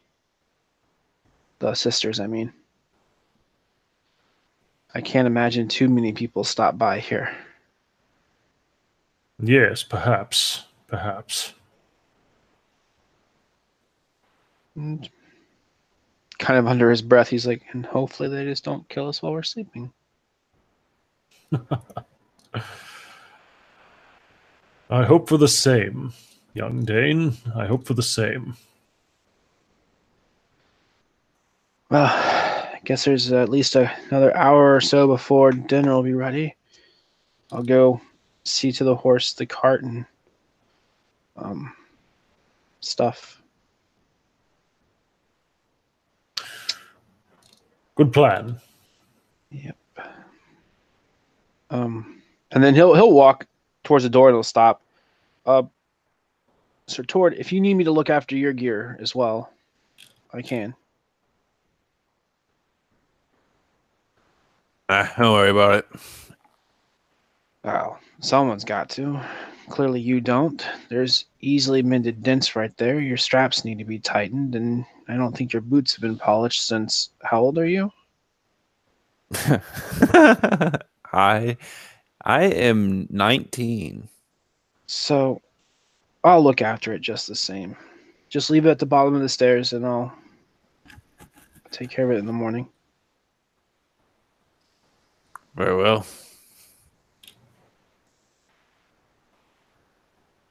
But hey, dented armor at least means you've taken a blow or two, right? Drinking from his flagon. Yeah, I guess you could say that. And he smiles, and Dane will go out to do squirery stuff. Danely duties. Okay. Yeah, like I said, the amenities are comfortable. The food is good.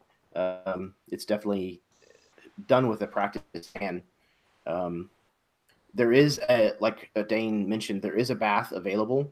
It's kind of like you have to take turns kind of thing. There's one tub that's available, but they're more than happy to boil however much water you need for a hot bath. And there's, again, from their herb garden, they're able to put in a couple of scented things to help keep it from being just boiled stagnant water.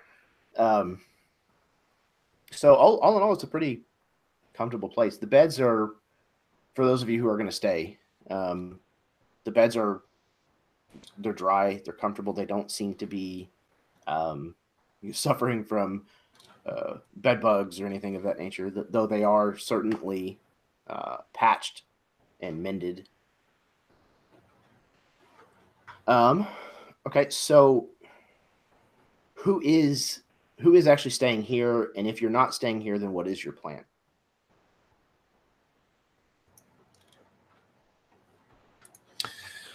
Or to stay. Yeah, Sir John and his retinue are all staying. Ariana Chiala is staying at this point. Yeah, Eddard is going to stay, but he is also going to excuse himself from the table to try and find Estigan, I think is her name, the mute sister.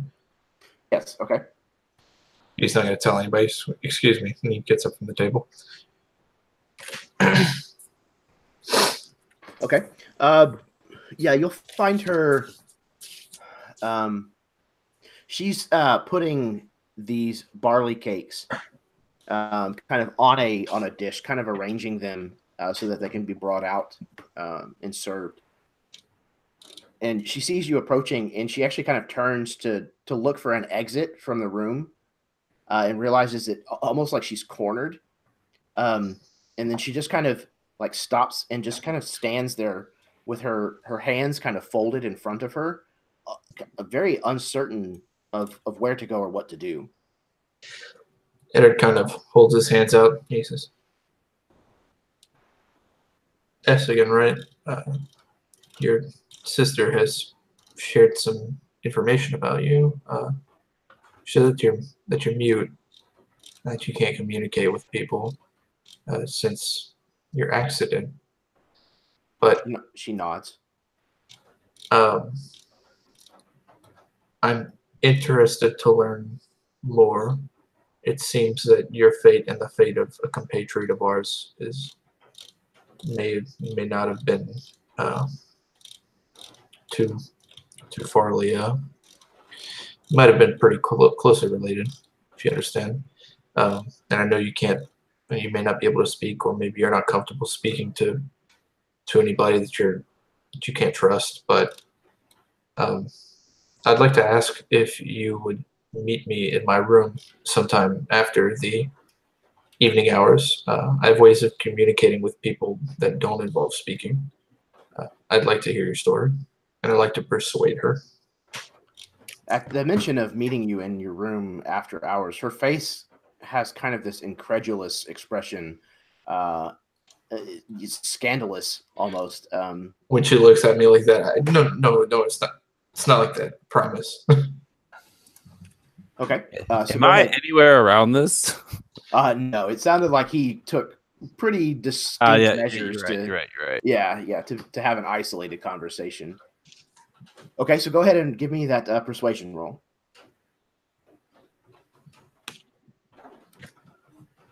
Let's see. 24. Okay. So after the initial reaction has kind of passed, and you've reassured her that that's not what you were getting at, she seems to consider your offer of possibly having some way of communicating, and it takes her a long moment, but finally she kind of gives a slight affirmative nod. Like I said, absolutely your choice if you come tonight.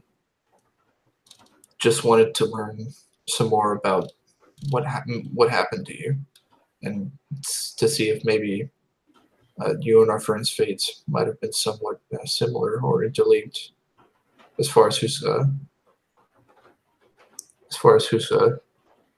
involved in them. And he would take from his pouch, let's see, the 1 gold for his room, and just hold it out to her. She eyes it for an uncomfortable amount of time, and then finally kind of reaches out and takes it from you with minimal contact, and kind of nods again and looks back to the floor. Rap twice on the door so that I know it's you. She nods again. And thank you. He just kind of gives a slight little bow and turns around and walks away.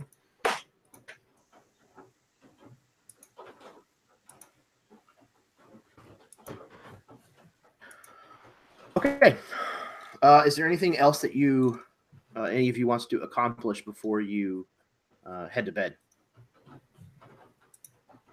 So I guess I have one final question. Are we going after the knights? Is that our plan?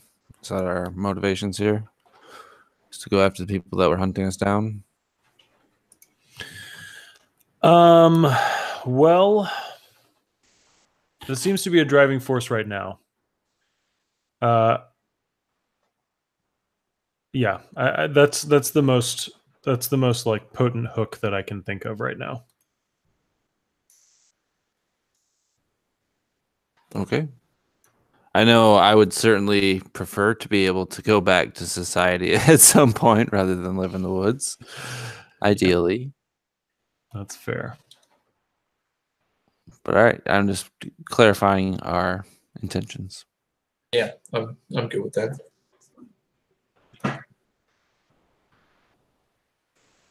All right. Tord.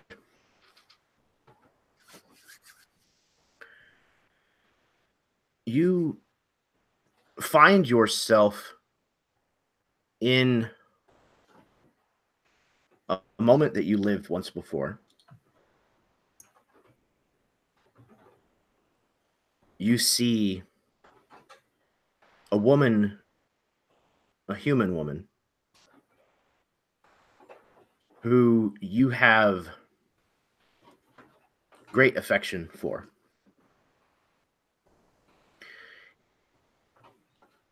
She is being dragged away from you forcibly.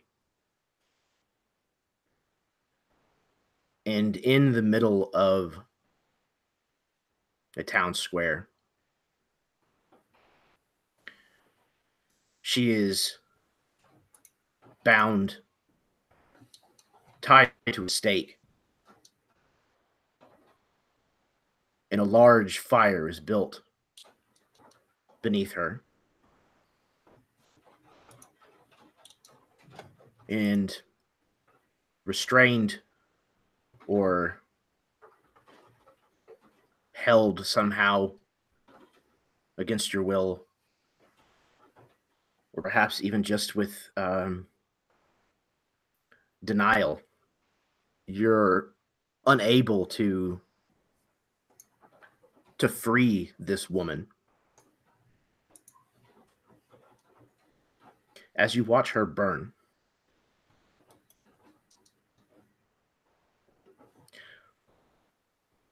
What is it that's going through Tord in this moment?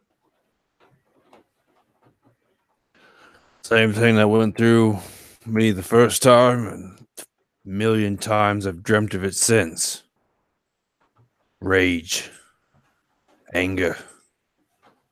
It's like I'm standing in the fire, but it's not burning the outside. It's on the inside of me. Crackling. Fueling itself. I'm angry. And that's what rouses you from your sleep. Not this anger, but it's the fact that this fire, it's not just on the inside this time. I'm on fire. You awaken and you realize that the room that you are in has smoke that is rapidly filling it.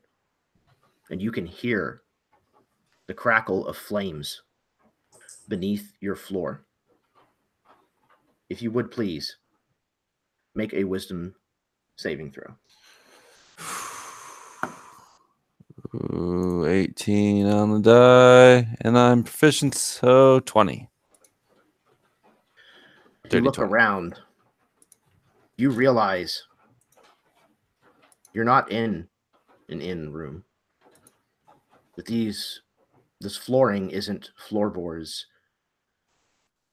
You're in a metal box, room-sized metal box, but a box nonetheless. You are inside of an oven. That is where we're going to stop for tonight. Shit. Roast All pork right. to go with the roast pig.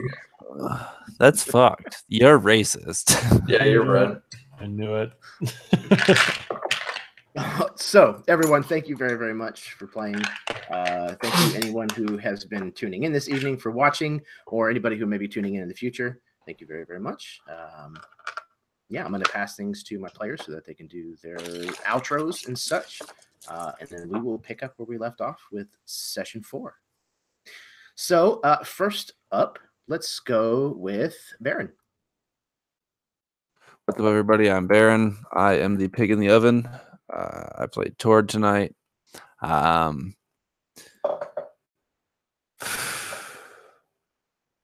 stressed now from this game, so that's good. I'm gonna have to deal with these emotions in the next month so we can get ourselves out of this mess. As always, thanks for having me. Absolutely. My pleasure to run the game for you and to torture you. Both in-game and out of game. Oh, man, it's weird that the tables have turned. Usually we're torturing together, and now you're torturing me. I figured, I just got to show you how it's done. So, all right, next up we have Steve. So, great game. I really enjoyed it. So yeah, I'm Steve, playing Sir Sass in training, also known as Dane. But no, it was a really enjoyable session. I really love how the story is coming together and how all of the characters are interacting. I think it was mentioned before that it's rare that you find a group that plays this well off of each other this quickly, and you make it very easy, Jeremy, because I know you said you were consuming the world and living in it, but that's because you're putting it out there for us. So thank you for that. And as always, it's a pleasure to play. Absolutely, man. And thank you for playing the game and for those kind words. I really, really enjoy making worlds and settings and things like that. And to have players that you guys just seem to want more. You're hungry for more of it, so it does nothing but encourage me. So it's really your fault. Next up, we have Josh. Right. My name is Josh, and I play Eddard Bainton. Super enjoyable session.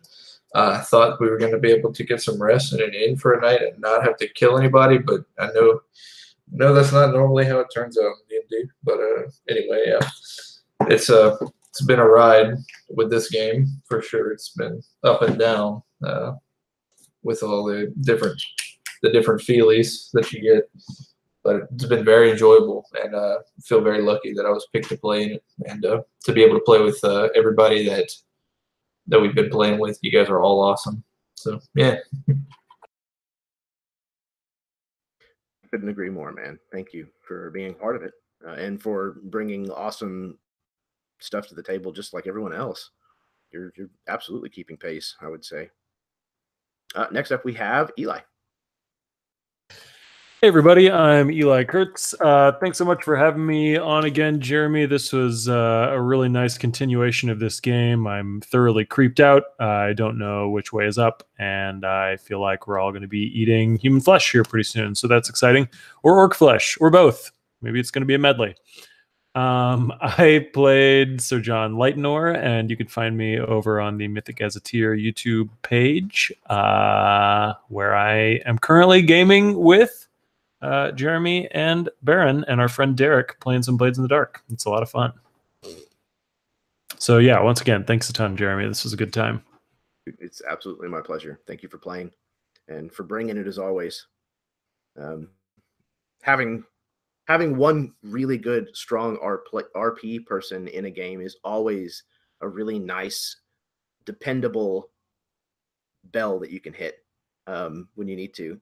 And having 5 is, I mean, there's plenty of times when I can just sit back and just let you guys do all the work. And yeah, I'm enjoying the hell out of this. So thank you guys for playing. Last but certainly not least, we have Karen. I'm Karen. I was playing Ariana Shield tonight. I absolutely love this game. This is amazing. You got me. There's a point I couldn't play anymore because I was actually in tears. So you got me. So good for you. Yeah, this has been an emotional roller coaster. I love this game. I can't wait to find out what happens to Tord. And I swear it wasn't me. I did not put him in the fire. You did this, woman. I can't wait for the next session. Thank you. And it's been amazing playing with everybody. Absolutely. And yeah, the relationship between Tord and Ariana Shial has been, I mean, they're all just, you guys have just done such a great job of working like a fantastic network of relationships. And yeah, Tord's and Ariana Shial's is nothing short of a powder keg. And I can't wait to see whenever it finally goes up in flames. Well, who knows? Maybe we're there. Anyways, thank you very much again, guys, for playing. Thank you, anyone who is watching out there. This is such a fantastic campaign so far, and we're only 3 sessions in, so I can't wait for session 4. Like I said, hopefully we'll get one in before the end of the year. It's a crazy week gaming-wise here on the channel.